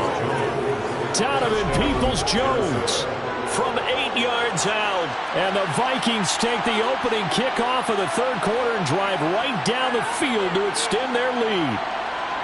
That seemed pretty ideal there for the offense, Charles. You take a little bit of time off the clock here in the 3rd quarter, decent length drive, and you pad your lead as well at the end of it. And what it does is let you feel like you're in control of this game, even more so than a 2-touchdown lead, right? Because you've taken that time off, as you noted, which means they couldn't get you off the field. You ran your playbook the way you wanted to, and you gave your defense some rest. What a big-time drive in that situation. Well, some might have returned that one. He won't. He'll go down to a knee, and they'll start the drive from the 25. Now the attention turns to the Saints offense getting ready for their first possession of the 2nd half. And their deficit a little wider than it was at halftime. Does that touchdown a minute ago change the thinking here at all? I think it does, at least a little bit, because now urgency has to start setting in. You can't go out there and go 3 and out and run the risk of falling behind substantially, but you have to do it without pressing, because pressing, that'll lead you into bigger errors. And this one nearly intercepted. Boy, that would have been a great time for their first pick, but instead it's 3rd down. Jackson. Escaping the pressure right. And he slides and covers up at the end as he's going to be able to pick up decent yardage. A gain of 7. It's 4th down. So they're forced to punt on 4th as this one's away. And out of bounds across the 15-yard line. 51 yards on the punt there. And out will come the offense as they take over. Minnesota's offense takes over possession. The football changing hands here, and as this offense takes the field, Charles, they'd be fine with more of the same on this upcoming drive. Last time out, they found the end zone for 6. They're certainly hoping for more of the same, but the game plan, I doubt it'll just be a carbon copy of the last drive, because I think this offense is ready to break out some new wrinkles and try some new things that might be hidden in their playbook. They want to use that confidence to its advantage while also keeping the defense from anticipating what's up next. That helps the completion percentage, but not much else, and now it's 3rd and 10. Looking to throw. Herbert. And that's going to be caught by Peoples-Jones. And he'll get this up to the 34-yard line.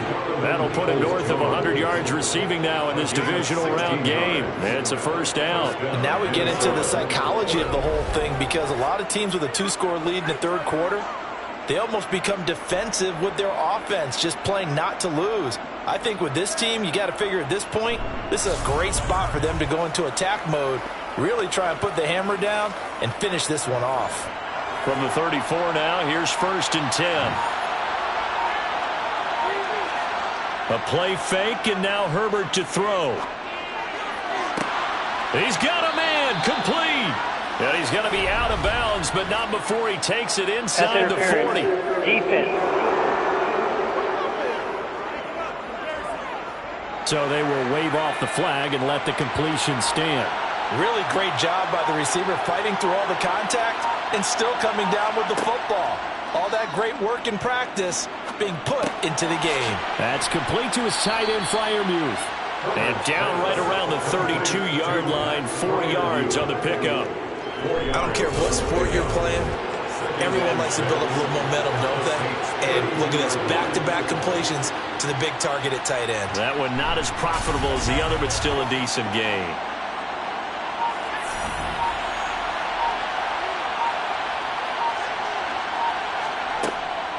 Second down and a run by Robinson. And he is met at the line of scrimmage, and he goes down right there. Herbert. He's going to let this go. Back of the end zone. Toward the back corner of the end zone, but he could not get the feet down. This will wind up incomplete. 4th down after the New Orleans defense holds serve. After what they faced during this game, where they've given up a ton of yards downfield, that has to be a measure of revenge right there for the secondary. They've been. And now the red flag out on the field. We'll have a challenge forthcoming. Play is under review. They're taking a peek at whether or not those feet were in bounds, and obviously a big call here in the end zone. And not just the feet. How about the hands? How is the ball possessed while the feet are hopefully getting down in bounds? That's what they're trying to look at to see if it all comes together.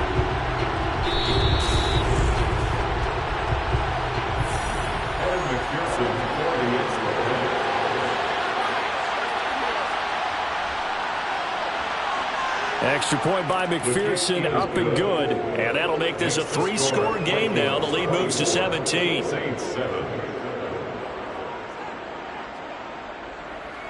The kickoff team on the field now as they will send this one away. This fielded right at the goal line. And he's only going to make it to the 13-yard line and no further. And now the Saints get set to trot out there. I kind of feel like they've reached a do-or-die point in this game, Charles. If they're going to try to pull off an impressive comeback, it has to start right here, right now. Yeah, now they've got a final chance to get out of this situation, but they also understand they've got to move the ball and move it fast. In addition, they need to save as much time so they can get 2 more possessions. It's the pickup of 3. Brings up 2nd and 7. They go back to Pollard on 2nd down. And that closed up quickly there as he gets it up only to about the 17. 1 quarter remains for a trip to the NFC title game. We'll return with more after this. This is the NFL, and it's on EA Sports. The Saints on third down, not good, 0 for 4 thus far. This will be 3rd and 6. And quickly into the hands of Robinson.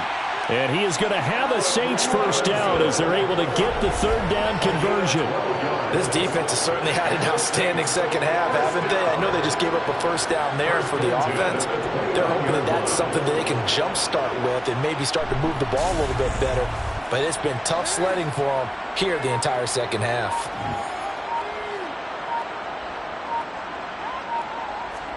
They'll throw on first down with Jackson. Man open, he's got it complete to Cortland Sutton. A good gain on first, has him set up with second and just a couple of inches now from the 29. They go play action with Jackson. Buying time to his left. And he wisely will throw that one away. They lead big, and a major part of that has been how they've taken their play to a whole new level this second half. No points allowed since the break, and you can add another incompletion to the total number that they forced in this runaway contest. Working the sideline here. Did he get the feet in? Yes, they say that he did. Nice job tapping both of them down. 2 catches now in this divisional round matchup. That one, a first down. You cannot write these guys off just yet, not with a quarterback like that under center. You mean it actually crossed your mind with him running the team that you could actually maybe write this game off? Not yet. Not a chance. Not with him. We've seen it too many times. From Viking territory now, they'll come up 1st and 10 at the 42-yard line. To throw again is Jackson. And this one complete to Will Fuller. And he's going to get this down near the 25.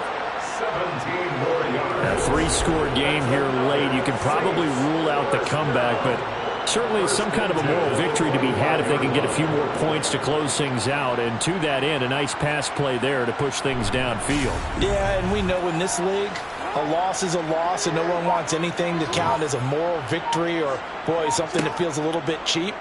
But if they trim that lead down to just 2 scores, that's still a benefit to this squad. And he'll go out of bounds in the red zone just inside the 20.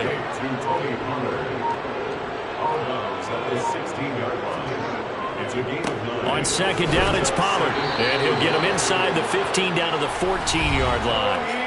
2 yards on the pickup, and that's all they needed to move the sticks. And the Saints, first down. 1st and 10 at the 14-yard line. Going to run again here with Pollard. And he'll get about 3 just outside the 10, stopped at the 11. The last run got 3. Now here's 2nd and 7. Now it's Jackson. And this is going to be caught, but they'll say out of bounds. So it's incomplete. From the gun on 3rd down, Jackson. To the goal line, but it's incomplete. It's 4th down. Here we go. It's Jackson on 4th down. And he's got it. Touchdown, Saints. Allen Robinson. Second touchdown of the afternoon. And the Saints have got it back to a 2-score game here in the 4th.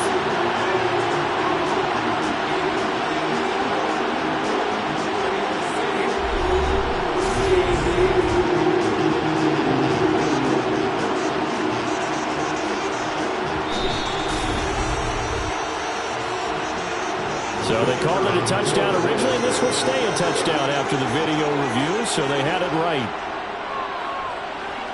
Extra point by Patterson, up and good. And the lead down to 10, 24-14.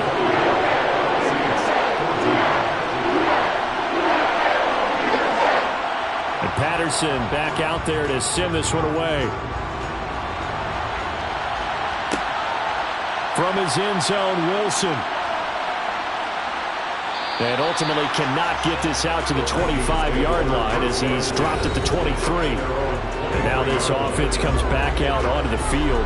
And now first downs are key. They want to keep that clock moving up by 2 scores as they try to cement their place in the conference championship round in 1 week's time.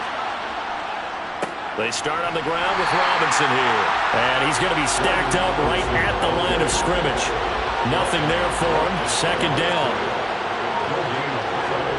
Throwing on second down. Herbert. That's out wide here for Robinson. And he's taken down but able to slip across the 35. They get 14 there. First down, Vikings. When you have someone throwing it that well, that confidently, you don't have to call the game in fear at all, do you? You just go ahead and play. Yep, confidence with a lead to throw it here in the fourth, and boom, he's on the money. Yeah, you don't have to tuck your head in and go like turtle at this point. You can just go ahead and play. Line of scrimmage, the 37 on 1st and 10. Back to throw here, Herbert. And he's got Pierce. And he'll be taken down, but not before they work this to the 45.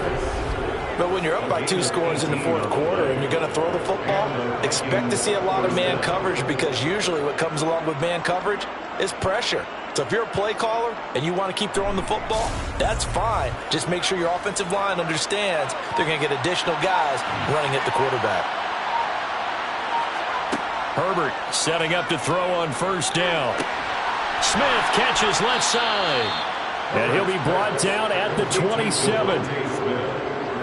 It's a game of 17. Well, normally you might say start running the football. You've got the lead here in the fourth quarter, but the way that they've passed it with such success, I don't know, maybe keep throwing it. Yeah, I think you brought up something that goes against conventional wisdom, right? At this stage of the game, you would think you would switch to a running attack, but you're exactly right.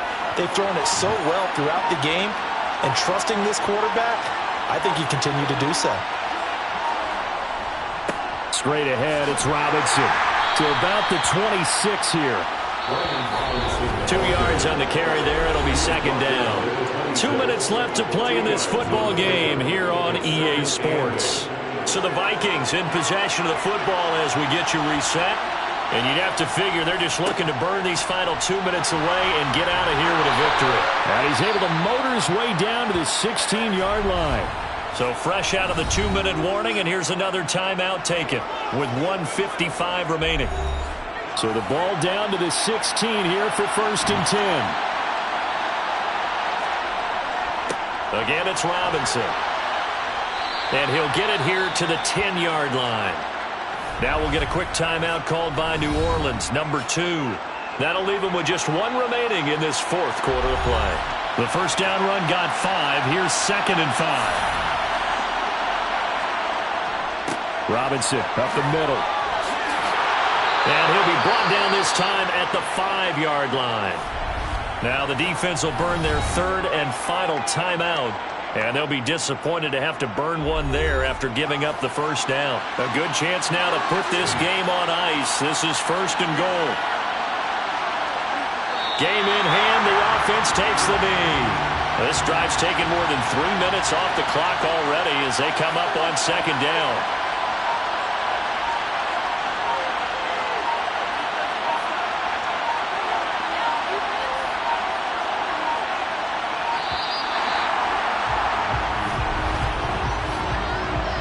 Delay of game, offense. Well, the offense knew it. They were already starting to walk back as that one is accepted. Still second down. Can't afford another delay here as they come up again on 2nd and goal. Victory formation time for the Vikings as they'll take a knee here. And now can they reverse the trend on 3rd and goal with the last 2 plays having gone backwards. They go down to a knee, and with that, they're off to the NFC title game.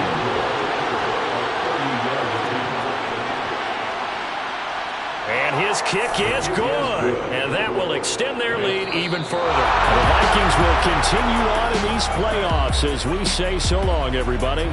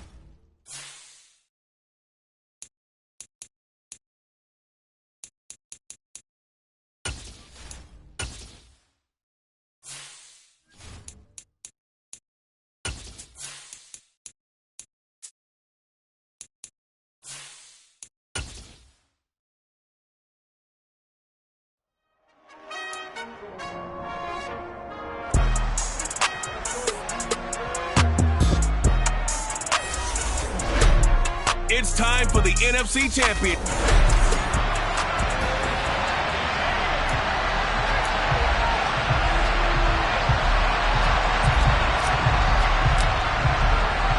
For the chance to head to Arizona in 2 weeks' time for Super Bowl 57, we are underway now in the NFC Championship. And the opening kickoff will not be returned, as that will be a touchback. So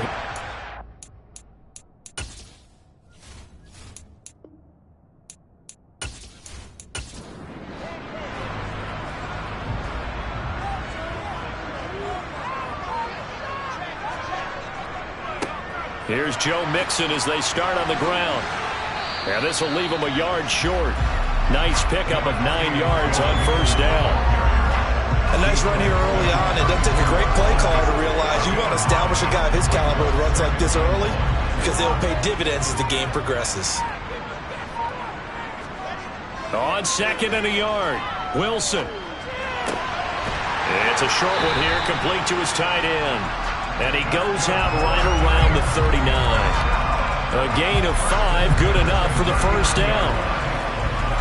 He's a rookie, and you don't want to get hung up on the word potential. But when you see him make catches like that, you keep thinking to yourself, he's good now. He's got a chance to be great with plenty of work. And nothing much materializing there on the first down run. He'll get a couple, and that's it. They'll stay on the ground. Mixon again. And he stopped immediately there.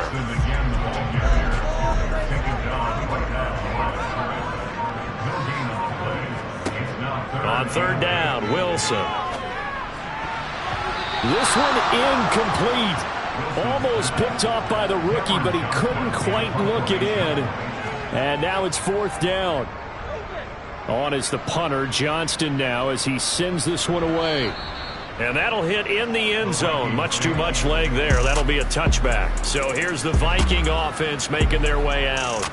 Leading them out, it's the 3rd-year man out of Oregon, Justin Herbert. And he is just absolutely marvelous to watch throw a football. That's something I could do all day long, watch him throw routes versus air. But he's even more impressive when there are bodies on the field, and he's creating with big throws downfield.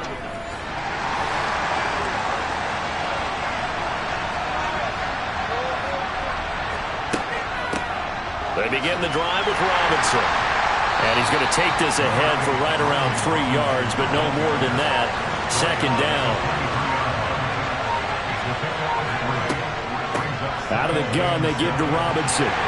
Takes this to the 27. Give him 4 yards. Coming up here looking for 3 yards to pick up the first. Robinson will try to pick it up. And they get him down, but not before he takes it across the 40-yard line. They get 14 there. First down, Vikings. Usually we see runs like this as the defense breaks down later in the game, but this guy is setting the tone early, running through all types of tackles and putting the defense back on its heels.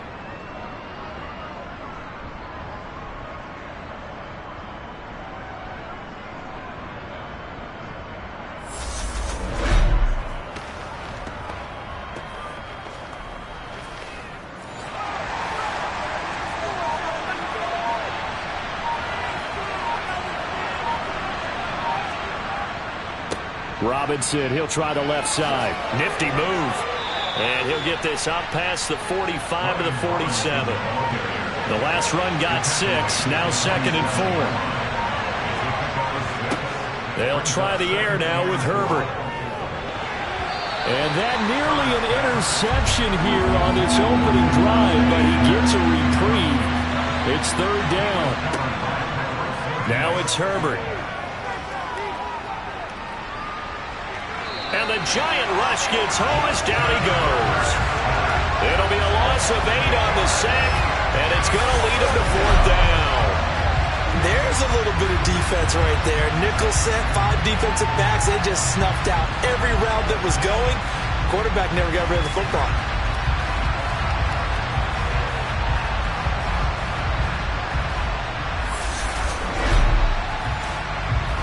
Here's A.J. Cole now to punt this one away. And he'll get this away into the icy winter air. And he didn't quite have the backspin on that one. It hits at the 4 and continues into the end zone. It's a touchback. So the Giants getting the football back here for their 2nd drive. Over on the sideline, hoping to hit that reset button between possessions. Last time out, they had to punt it away. This time hoping to finish this thing off in the end zone. That's complete to DK Metcalf. And they're going to get this beyond the 40 before he's taken down.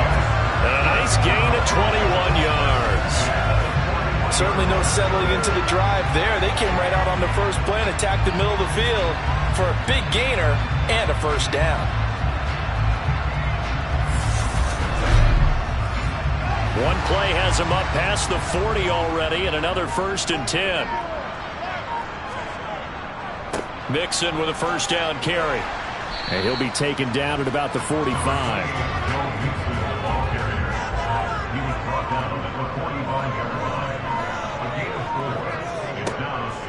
Back to Mixon on 2nd down.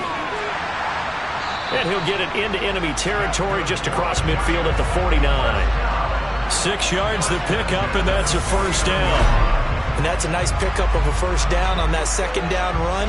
And at that yardage gained, they can run that play on any down.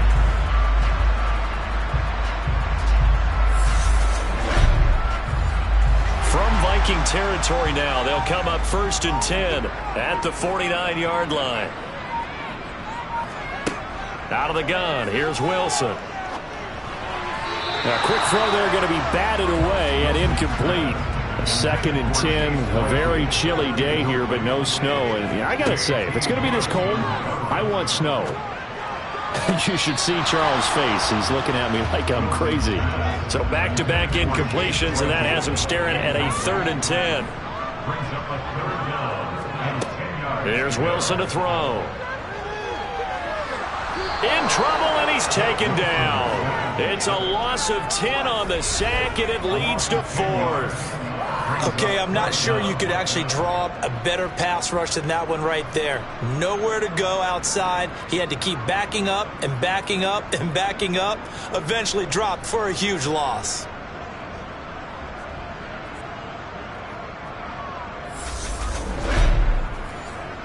On 4th down, out is the punter, Cameron Johnston, to boot it away.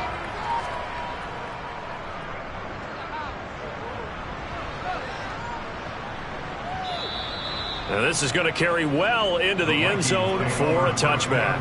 The Vikings taking the field here for their 2nd drive of the game. The last series for them, a little disappointing, forced to punt. And now they'll try to do better here and come away with some points as they begin this drive, 1st and 10. He'll get this to his tight end. That's Pat Freiermuth. And they work this well upfield across the 45. A very solid gain of 27. When you get a big tight end like this, sometimes it takes more than one man to bring him down. Oftentimes, your best bet, just jump on and hold on and wait for your teammates to arrive to help get him on the ground. No score after one on EA Sports. The Vikings with the football here to begin the second quarter, as they've got it with a 1st and 10. Here's Herbert. This one completes Alec Pierce. And he'll be brought down just shy of the 40. But it appears that they read man defense and went to the out route, and what you have to do on that one is the receiver's got to make sure he works the defender towards the middle of the field to give himself space to cut to the outside and have that ball delivered with good timing, and they got it done. Hand off now to Robinson. 5 yards is the tally on 1st down. That brings up 2nd and 5.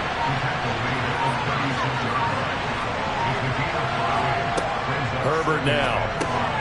Over the middle, hauled in by Pierce. And he'll be brought down at the 27. I think that's a big pickup for a 1st down, because when you run a drag route against zone, you're sometimes asking for trouble because you might run into a defender. Yeah, well, there they ran into a 1st down. Executed it to perfection.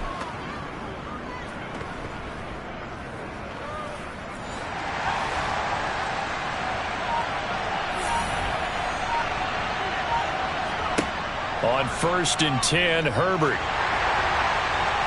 And this one nearly picked off. Well, kind of surprising to see a defender of his caliber let it get away, but get away it does, and it's 2nd down.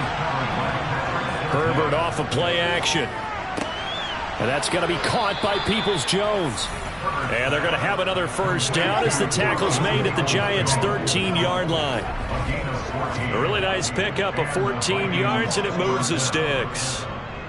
But one of the ways that quarterbacks keep all the receivers alive in a play, never lock in on any one guy. Make sure you keep your eyes moving, scan the field, and here he finds the open guy for a nice pickup. Herbert operating from the red zone. And he rifles one incomplete. After the incomplete pass, here now is 2nd and 10. Now Herbert with it, looking to pass.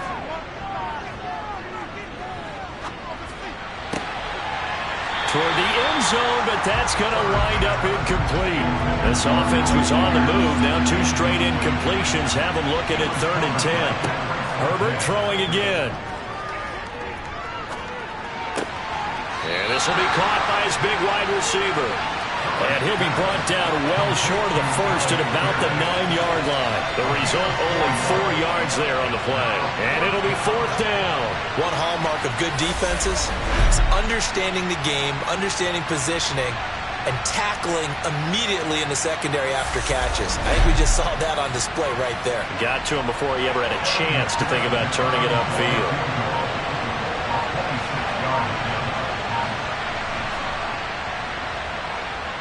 McPherson's kick is good. And the Vikings have a 3-0 lead. Well, in a close game like this, obviously you want the touchdown, but certainly they will take the 3. And they'll be okay with that, but let's throw a little credit to the defense as well. I'm just glad this doesn't come down to a debate, right? Which side won, partner? Because the defense, hey, we didn't give up a touchdown. The offense, hey, we put 3 on the board.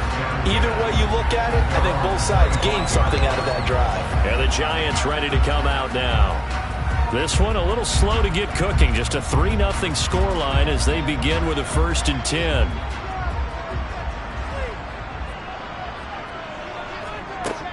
The drive will commence with a run by Mixon.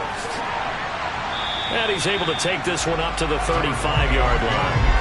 It'll be a pickup of 10 yards. and it'll be second and very short. On any explosive run, you can almost feel the ground shaking, and that's from the offensive linemen creating space for their runners. I had an old coach tell me before, they always told his runners, run around the offensive line in pregame. Get used to the ground shaking so you don't trip and fall when it happens in a game. A second down pass play there, but it's incomplete. They go play action with Wilson. He gets this in the hands of Mixon. And he will have a Giants first down, and he'll have it by plenty as they're able to keep the drive alive on 3rd and inches. And that's understanding where the markers are, because it's not just running to them. Because on the catch, you can actually be pushed back before the first down. It's getting past it and allowing that opportunity to drip back towards the first down line and still having picked it up. Really well run. Mixing up the middle. And he can only manage to get a couple. 2nd and 8 coming up. The last run got a couple. Here's 2nd and 8. Wilson. Going for Metcalf on the deep ball. And it's knocked away and incomplete. This offense so far on 3rd down, just 1 for 3 thus far. This is 3rd and 8. Now it's Wilson. And that will be incomplete. Now on 4th down, it's Cameron Johnston on to punt it away. He's been a busy man here in this first half as he gets it away. And this will hit just beyond the goal line as it's into the end zone for a touchback. The Vikings offense now heading out to take over. Their drive last time, it stalled out. They were forced to take the short field goal. And the key phrase, you nailed it. Forced to, because you know coaches look at these short field goals as a last resort, right? To them, that's not how drives are supposed to end. You're supposed to put 6 on the board. That's a consolation prize. Like going to the county fair, you don't get the big stuffed animal on that one, do you? No, you don't go top shelf. That's bottom shelf material. And he's able to take this one up to the 35-yard line. 7 yards there and a first down. Decided to hand it off that time on the run-pass option. Appeared to be an easy decision. Just gave it inside. Nice steady gain.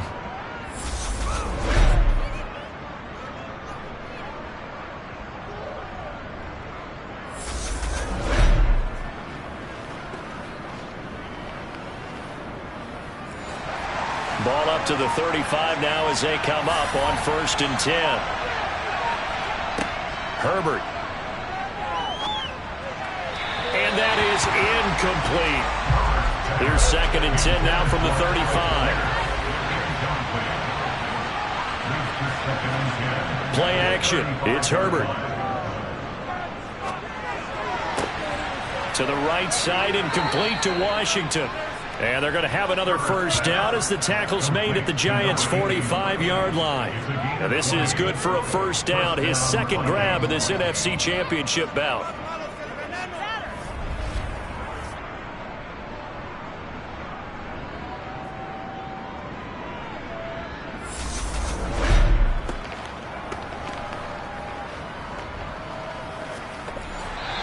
Two minutes remain in the first half of this NFC Championship.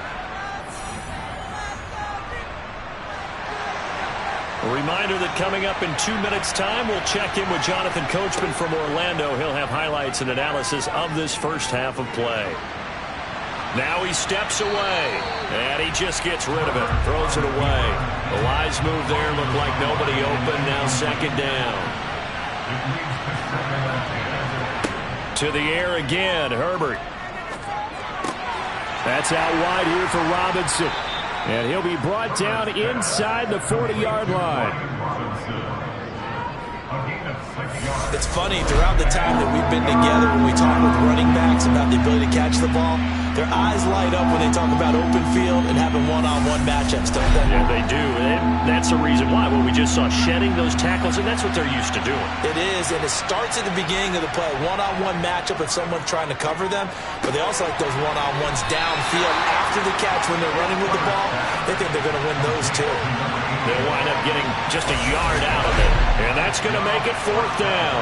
As a defense, you're more balanced when you're in zone coverage because you're able to keep your eyes on the quarterback and see the play develop in front of you. They're able to keep the quick pass in front of them and stop it right at the line of scrimmage. So coming on now is the field goal unit. They're going to try for 3, and he'll need all the leg he's got here. This officially a 55-yard attempt. And this kick is not going to be close. It's well short, well right to boot, and that will keep this a 3-point game. And now 2 problems as I see it. First, you missed the kick, which granted was a long one.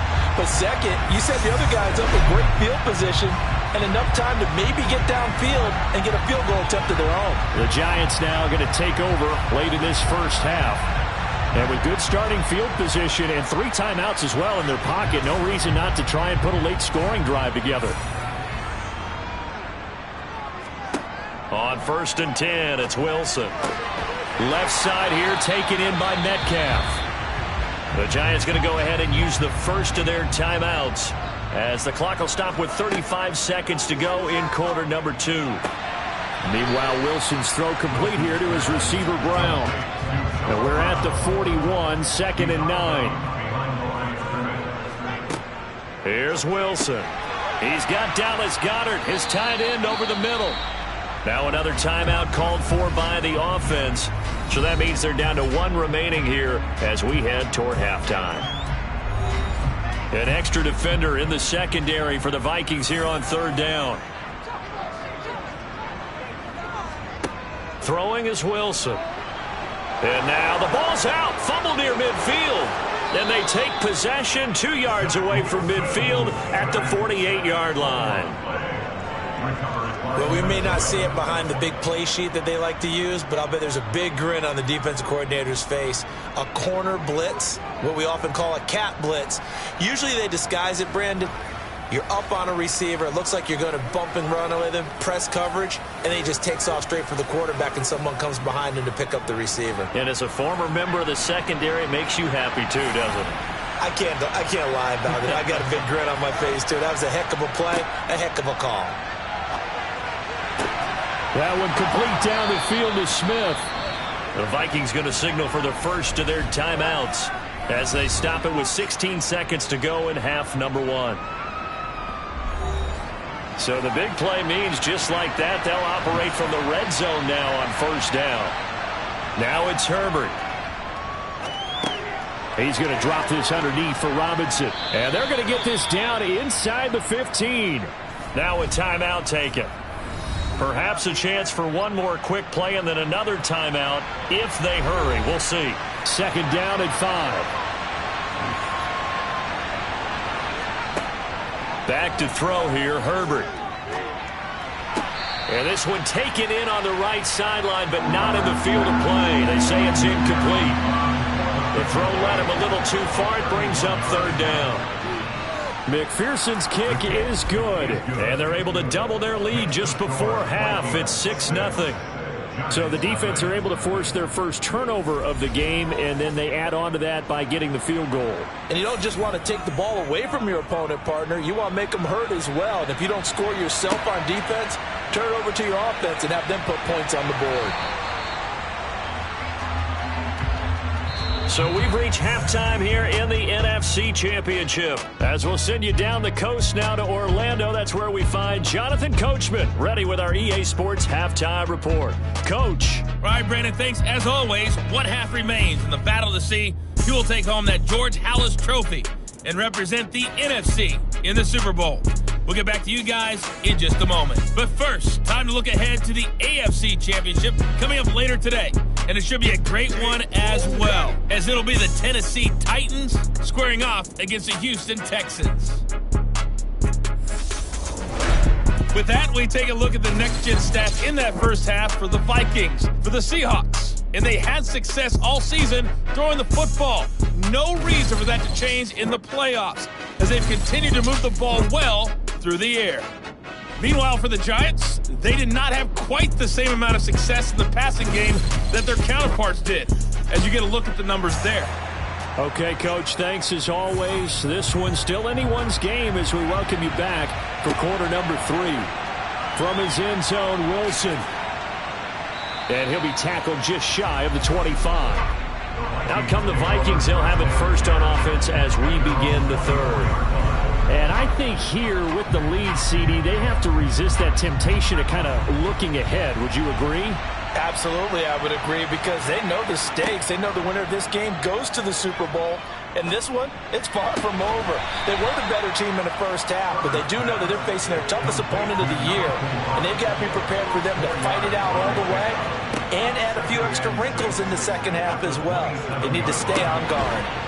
Now a pass hauled in downfield. And they're going to have this across midfield and inside the 45. That one covers 29 yards, first down. And a good quarterback facing zone coverage. If he has just a little bit of time to survey the scene, that's what's going to happen. No doubt about it. If there's no pressure, he's going to continue to pick them apart because he'll have all that time to find someone open downfield. He can only cover for so long. So maybe they want to go to a zone blitz scheme, get a little bit more pressure. Remember when Carolina did that against Denver? They lost the game ultimately. They dropped the defensive end out, and he ended up with an interception in that game in Super Bowl 50. Maybe some sort of scheme like that to try and get more pressure at the passer. Again, Herbert. Oh, this is going to be caught along the sidelines. Probably shouldn't have been caught. He's going to lose yardage there. A couple extra tight ends in the formation here as they line up 3rd and 2. Here's Herbert. And this one complete to Smith. And he is out of bounds right around the 10-yard line. How about 25 yards on 3rd down? They'll take it. With the kind of game he's had so far, you had to know that on 3rd down that they would be looking his way, and they did, for big yardage and a first down. I think the defense fell asleep at the switch on that one. I would have doubled him, tripled him, anything to keep the ball out of his hands.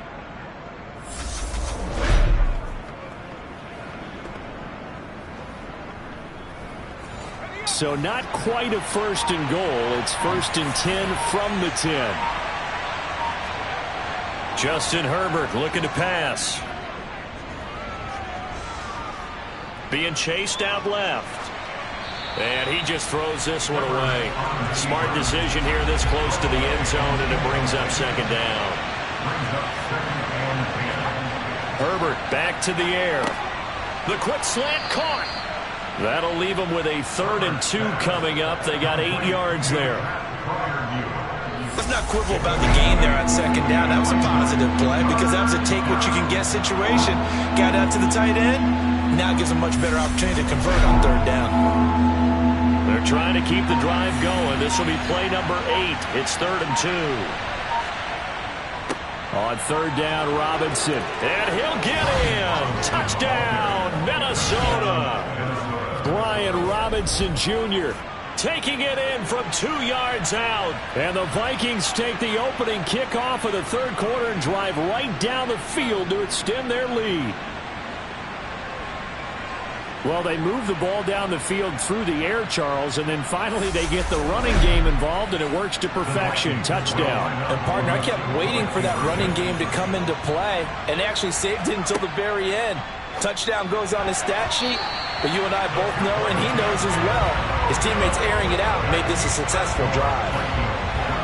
I don't know about you, but I can't wait for a few years of 2-point tries and see what the data tells us, because a lot of teams want to throw the ball in this situation, this time unsuccessfully. I just wonder if maybe running the ball might be the way to go. With it moved up from the 3 to the 2, you would think maybe a few more attempts at running. I think stats over time may bear out that running the ball will at least be the equal of throwing it in that situation.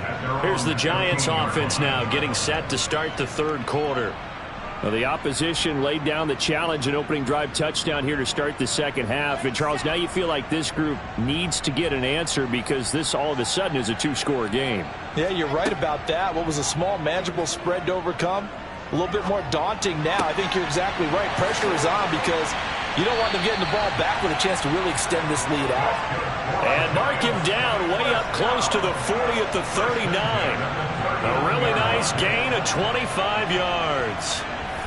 Quarterbacks love slant routes because the receivers are breaking right into their line of vision, and receivers love them as well because they're getting the ball on the move and able to catch it and try and get upfield and gain additional yardage. From up near the 40 now after the big play to start, here's another 1st and 10. Now it's Wilson. Not wasting time, going right back to DK Metcalf. And they bring him to the ground just shy of midfield. Right back to him for 10 more and a first. A couple of first downs right in succession, and this is an offense that could really use a good drive, and they're off to a fast start here. Back-to-back good plays have them on the move on first down. Play action. It's Wilson. Steps away to his left. And he'll go down inside the 45 before going out of bounds. Out of bounds at the 44-yard line. A 7-yard pickup brings up 2nd and 3. On second down, here's Mixon. And this won't be enough to pick up the first. A gain of 2, 3rd and 1. He's brought down at the 42-yard line. On 3rd and 1, Wilson. And he's got his man. It's the tight end Goddard. And this is going to turn into another first down as the tackle is made at the Vikings 28. 14 yards through the air. Caught the D off guard on 3rd and 1. But look what we have here. A sustained drive, and that was certainly AWOL in the first half. They really struggled to try and move the football. But right now, they certainly seem to have the formula working. Let's see if they can keep it up. They'll throw on first down with Wilson. This complete to Jones. And they'll get him down inside the red zone at the 14. It's also a gain of 14. First down. And until that point, we haven't seen Julio Jones. That's hard to believe here this late in the game. And no one more frustrated than Julio Jones because receivers feed off of catches. That's their fuel, and that's also their affirmation. And he hasn't been getting much of that in this game, and their team is losing, and he wants to have a better effect on the game. Just the first connection. Ryan to Jones there. Throwing on first down, but this one winds up to be incomplete. We're in the third quarter of the NFC title game. This is 2nd and 10. Now Wilson. Over the middle, complete. It's Brown. And the Giants are going to be looking at first and goal as they move this down to the 4-yard line. Well, that certainly has to feel good. It's not all the time that the play caller should get all the credit. Sometimes I think in the huddle, the quarterback just says, hey, who's going to make a play for me? I just need something right here. And the end result there, nice first down. Drive keeps moving. And they will stop him after a fairly minimal pickup. Brought down just shy of the goal line. A gain of 3 brings up 2nd and goal. It's Wilson on the option. And he will take it on in for a Giant touchdown. Zach Wilson. It's a 1-yard touchdown run. And the Giants are able to get a score back in the final stages of this third quarter. So it took them a little while, Charles, but now they have their first points of the game, and they come here in this third quarter. And more often than not, Brandon, when that happens, you find yourself down 21, 28 points and not really with a lot of hope, but with that touchdown, they're right back in this game.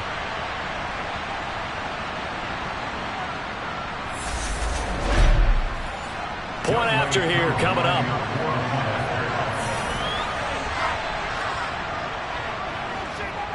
And this is back to a 5-point game. So that one a pretty time-consuming 10-play drive. And it was Zach Wilson who took it in himself on the touchdown run to cap it off. No return here for Wilson. It's a touchback. It'll come out to the 25. Here are the Vikings now to start their next drive. Here's Herbert. That one finds Pierce right side. He's going to be out of bounds on what's going to wind up being the final play of quarter number 3. 1 quarter remains for the right to go on to the Super Bowl. You are watching the NFL on EA Sports. Ball on the 30. They'll come up with a 2nd and 5. Herbert. Delivers another one to Pierce. This offense on 3rd down today, they've hit it 50%, 3 of 6 to this point. Here it's 3rd and 3. On the give, here's Robinson. And he's going to be a yard short. A 2-yard pickup leads to 4th and 1. So many things go into making a good play on defense. In this situation, just not being blown out of the way was a big start, and then a nice tackle to finish things off.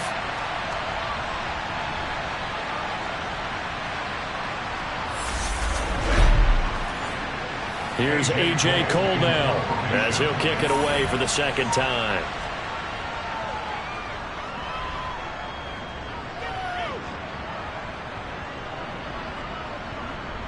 And a great job on special teams to down it, as this will be marked out inside the 5-yard line. You hate to give the ball away here in the fourth quarter while you're just holding a slim lead, but that punt, absolutely ideal. They pin them inside the 5-yard line. They give their defense a really nice opportunity. The Giants offense at the line, ready to begin their next drive.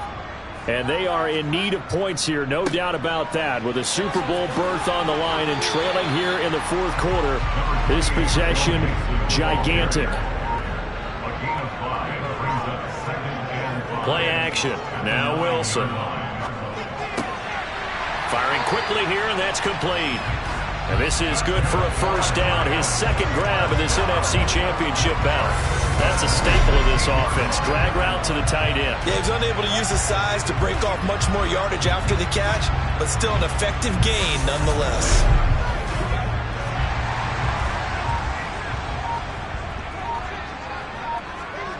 On first down, Wilson dumps it off to Mixon.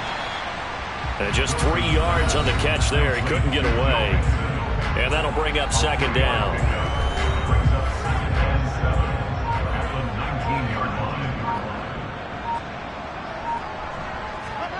They go play action now. Wilson.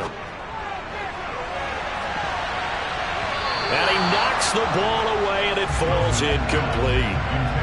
They head to the line facing a 3rd and 7 following the incompletion on second down. He gets this in the hands of Mixon. And he will have a Giants first down as they're able to get the 3rd down conversion. And here we are in the fourth quarter, partner, and watch them drive for what would be a go-ahead touchdown. And you and I both know this is where you need a quarterback who can keep his cool back there. Not just for himself, but to keep the rest of the team relaxed too.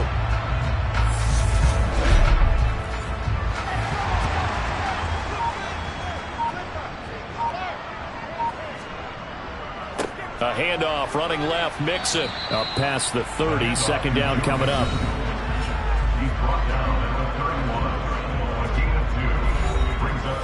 The last run good for 2. Here's 2nd and 8.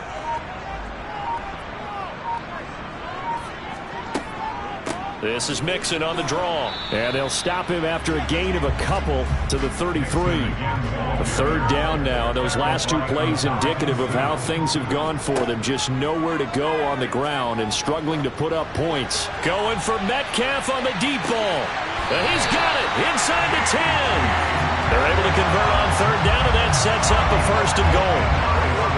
Sometimes you just got to marvel at how these guys can throw the football. He gave that everything he had, and it was right on the money. And you think on 3rd down they'd just be looking for something right beyond the sticks. And I think they caught the defense flat-footed as a result because they decided they were going to take a shot right there, and it ended up being a big play. And the next-gen stats, they tell the story. That's a full 67 yards in the air.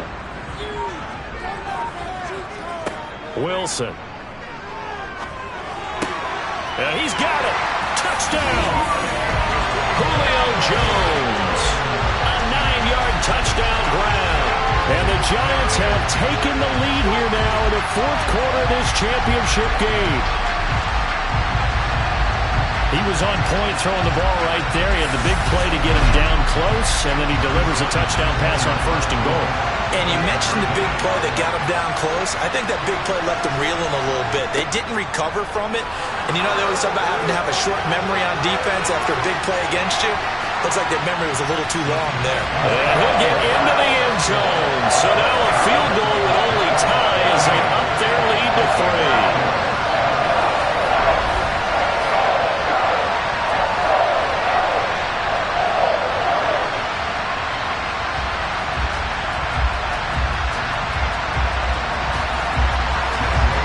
Touchdown. Here's Koo to kick off.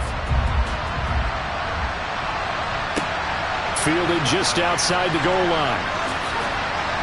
And he returns this to the 22. Minnesota now ready for their next possession. A field goal would tie the game. A touchdown, of course, gives them the lead. Boy, the drama intensifying on every single play with a Super Bowl berth on the line. On first down, it's Herbert. That's complete to Peoples-Jones. And he takes us up to the 40-yard line before being corralled. An excellent way to start the drive there, 18 yards. That was a nicely run slant route, and what the receiver's trying to do is make the defender think he's going upfield for a deeper route, and then breaks it off, usually after about 3 to 4 steps, and cuts towards the middle of the field. And now what he's trying to do is use his body to keep the defender away from the football and give the quarterback a really nice target. Play action. It's Herbert. Open man, that's the tight end Freiermuth. They'll give him 4 yards there, and it'll be second down. Herbert now. This one finds Pierce on the out route. 2 yards on the pickup there, and now we've got a 3rd and 4. 3 points separating these two sides with 2 minutes left to go in the 4th.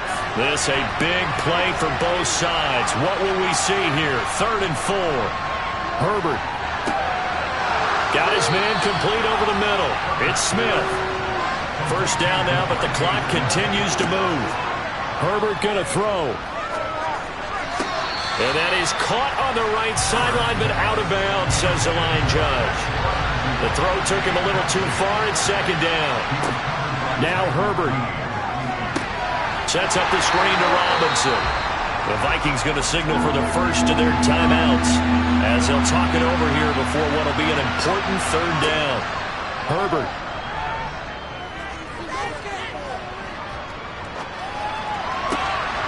He finds Pierce. It's complete. And he'll be out of bounds about a half to a full yard shy of the 5. They're able to convert on 3rd down, and that sets up a 1st and goal. We always talk about the guy who paid off the play, don't we? A guy who caught it or ran it. But how about the elements that go into making a big play? This one in particular, able to scan the field, pocket held up nicely. What a terrific job by the offensive line. The route well run, and the football right on the money. This is caught. And he'll be brought down right on the edge of the goal line at about the 1-yard line. Throwing, Herbert. This one hauled in, and again it's Robinson. And he's going to be stopped up right at the line of scrimmage. Herbert to throw. To the goal line, but it's incomplete. So now one of the biggest kicks of the night is forthcoming. This to tie things up in the final minute. McPherson's kick is good. And that will tie this game here in the final minute of play.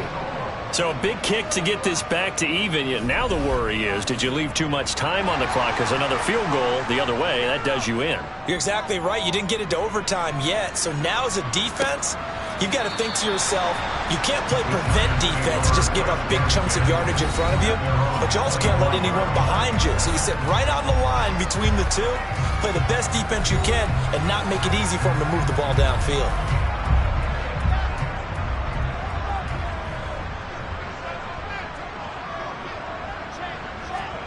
Here's Wilson. Connecting with Mixon. And from the 25, they work this to the 29, a gain of 4. Clock rolling as the Giants will hurry to the line. To the sideline, and wow, what a catch there. He doesn't get a lot, but he was able to get the feet down complete. Now Wilson.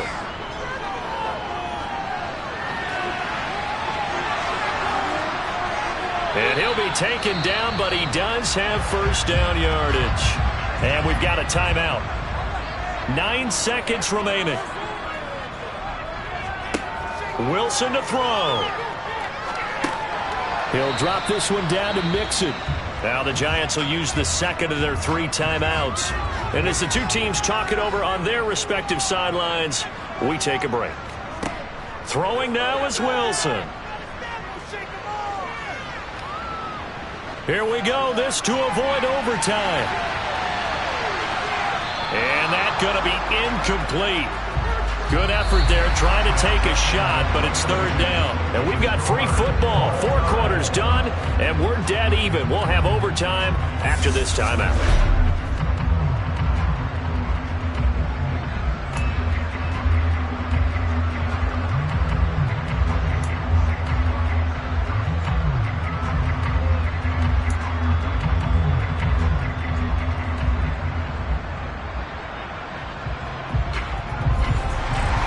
Well, 4 quarters couldn't settle things. It's going to take overtime to figure out who wins the George Halas Trophy and punches their ticket to the Super Bowl. The New York set to take the field. At CD, we get to see the debut of the brand-new postseason overtime rules. Now, as everybody is learning, both teams are going to be guaranteed an offensive possession. So they might get the ball first here, but a touchdown does not right away win the game. And we saw many marker games along the way that sparked a lot of conversation. But the Buffalo-Kansas City game in the 2022 playoffs, that really brought about this rule change. What an amazing game, a true classic. Ended in overtime without Buffalo getting a shot with the football, and the people didn't like that at all. So starting this season, if you make the playoffs, you'll get a chance to answer if the other team scores first. And that way, you get a chance to keep a great game as well as your hopes alive as you chase the big prize. And he will have a Giants first down as they're able to convert by plenty there on 3rd and 1. A nice start for them here to overtime. And maybe the plan here is don't do anything too crazy. Don't try for some big play, Charles. Just move the chains, put the pressure on the defense. Well, these early first downs are certainly nice confidence builders as they begin overtime because even though you've just played 4 quarters, the feeling's entirely different when you take the field in OT because you just want to settle in as you suggested, keep the ball moving, and rely on your opponent to make that first big mistake. And despite a nice juke there, really good move, he only gets about a yard, and it brings up 2nd down. On 2nd and 9, Wilson. He'll find his running back, Joe Mixon. And he slips up past the 45 before being tackled. 10 yards, good for a Giant first down. You know, Charles, just thinking about it, plenty of recent conference championship games have needed OT to decide who goes to the Super Bowl. And we can go back a little ways, can't we? Go back 2012. Giants in San Francisco. That was an overtime game. The Giants ended up going on to the Super Bowl. How about the one where the Giants went to Green Bay, Lambeau, and beat the magic of that stadium in that freezing, bitterly cold game and got it done there. Yeah, it was 2008. It was absolutely freezing, and they went on to beat the Patriots in the Super Bowl that year. And he is going to lose yardage here. So a big play in this opening drive of overtime. Now looking at a 3rd and 3. Now Wilson. He finds his running back, Mixon. And he will have a Giants first down, and he was able to get it by plenty. A gain of 8 on 3rd and 3. Well, partner, recent conference championship games that have been needed to decide who goes to the Super Bowl. What do you got? Well, if we go back to 2015, how about Green Bay at Seattle? And it looks like Green Bay's got this thing. Russell Wilson to Jermaine Kearse. That gets it done. And then go back to 2010. We think Brett Favre with the Vikings has the destiny. But they're in New Orleans. It's the Saints. And they get it done. And in overtime, go on to the Super Bowl. And they won that one. They beat the Colts, correct? A couple of the more memorable ones for sure. And they'll wind up getting this one all the way down inside the 20. That one good for 20 on the catch and run. Well, things now, Charles, looking pretty good here. A great opportunity to try to cash in for 6 on the opening possession of overtime. And what I'm liking, Brandon, is what I see down on the sidelines. I see a defense huddled up and ready to go, already preparing for their opportunity to go on the field and close out this game. They are into field goal range, but definitely thinking touchdown as they come up 1st and 10. And he'll get about 3 as he's taken down at the 14-yard line.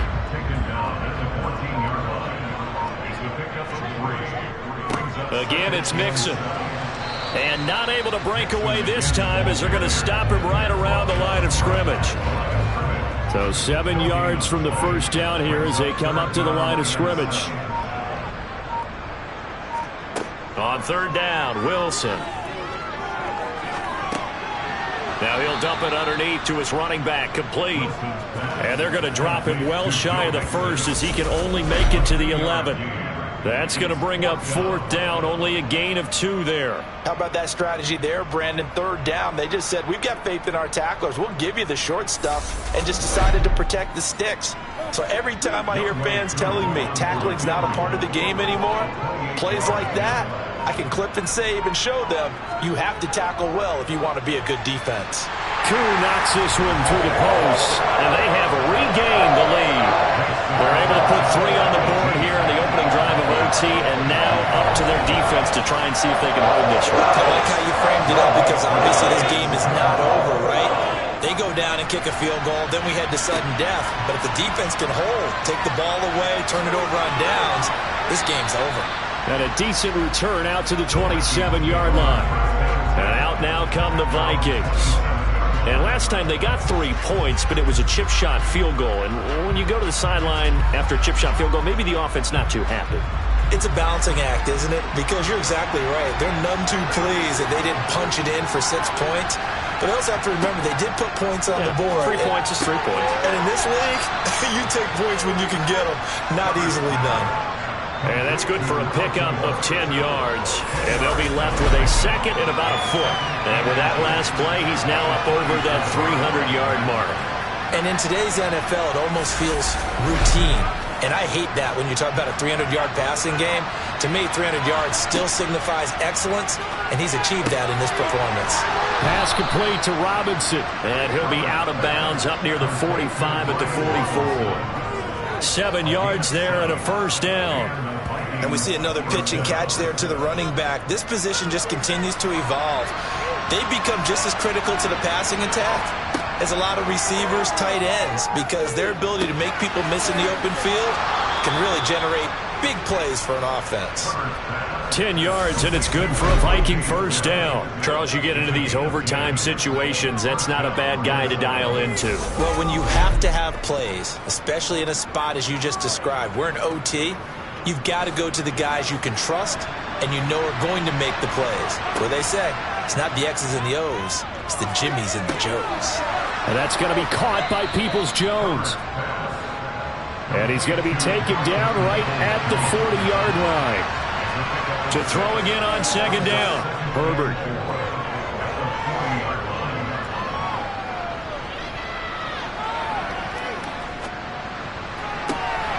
That's complete to his tight end, Freiermuth. And they're going to have another 1st down as the tackle's made at the Giants' 23.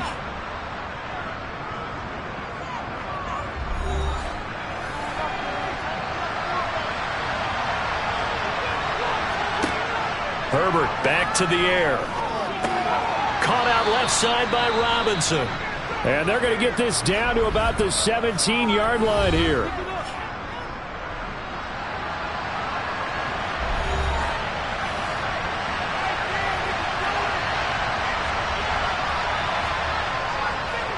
Second down and a run. And hit behind the line. He lost the football. It's loose.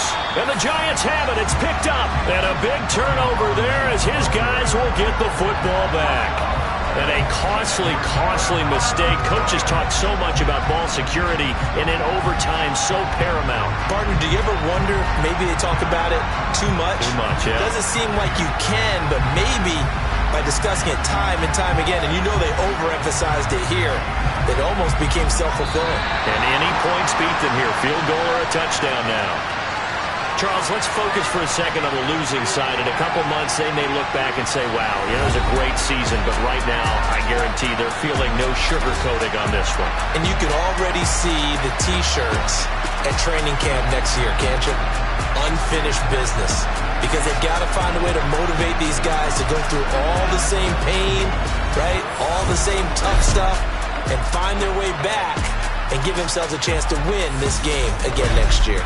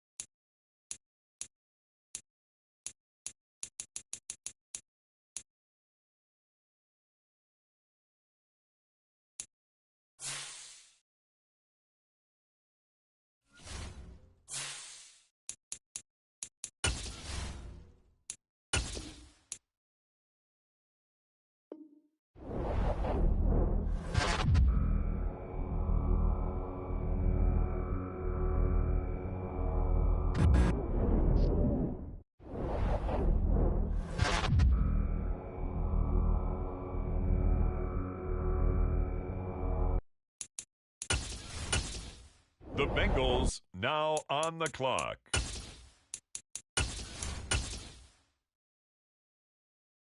And now on the clock, the Minnesota Vikings.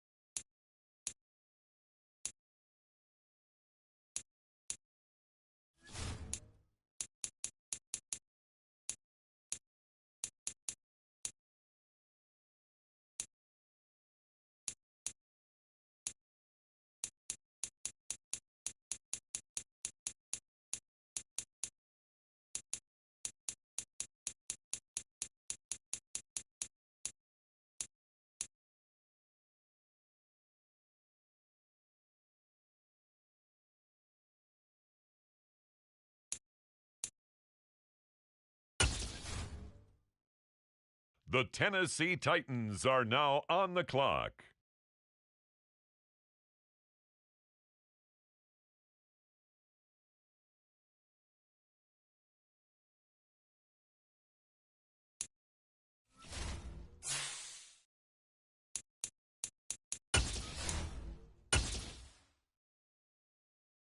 It's now the Vikings' turn on the clock.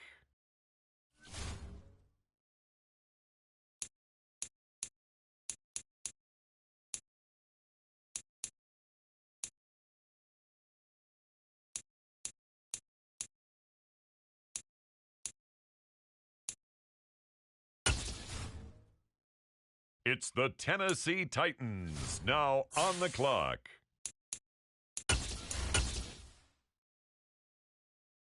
The Minnesota Vikings are now on the clock.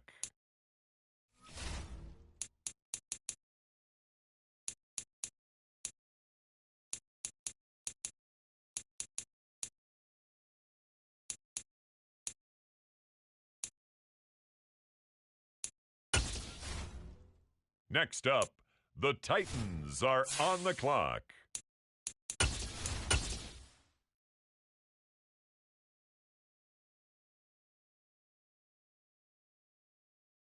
The Minnesota Vikings now on the clock.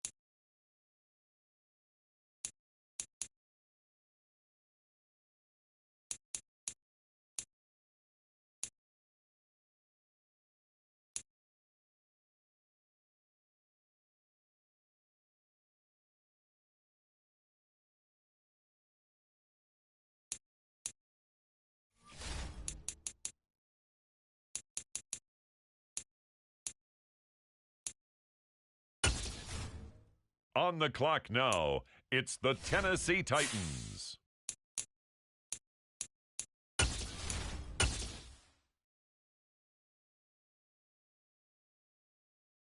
And now on the clock, the Minnesota Vikings.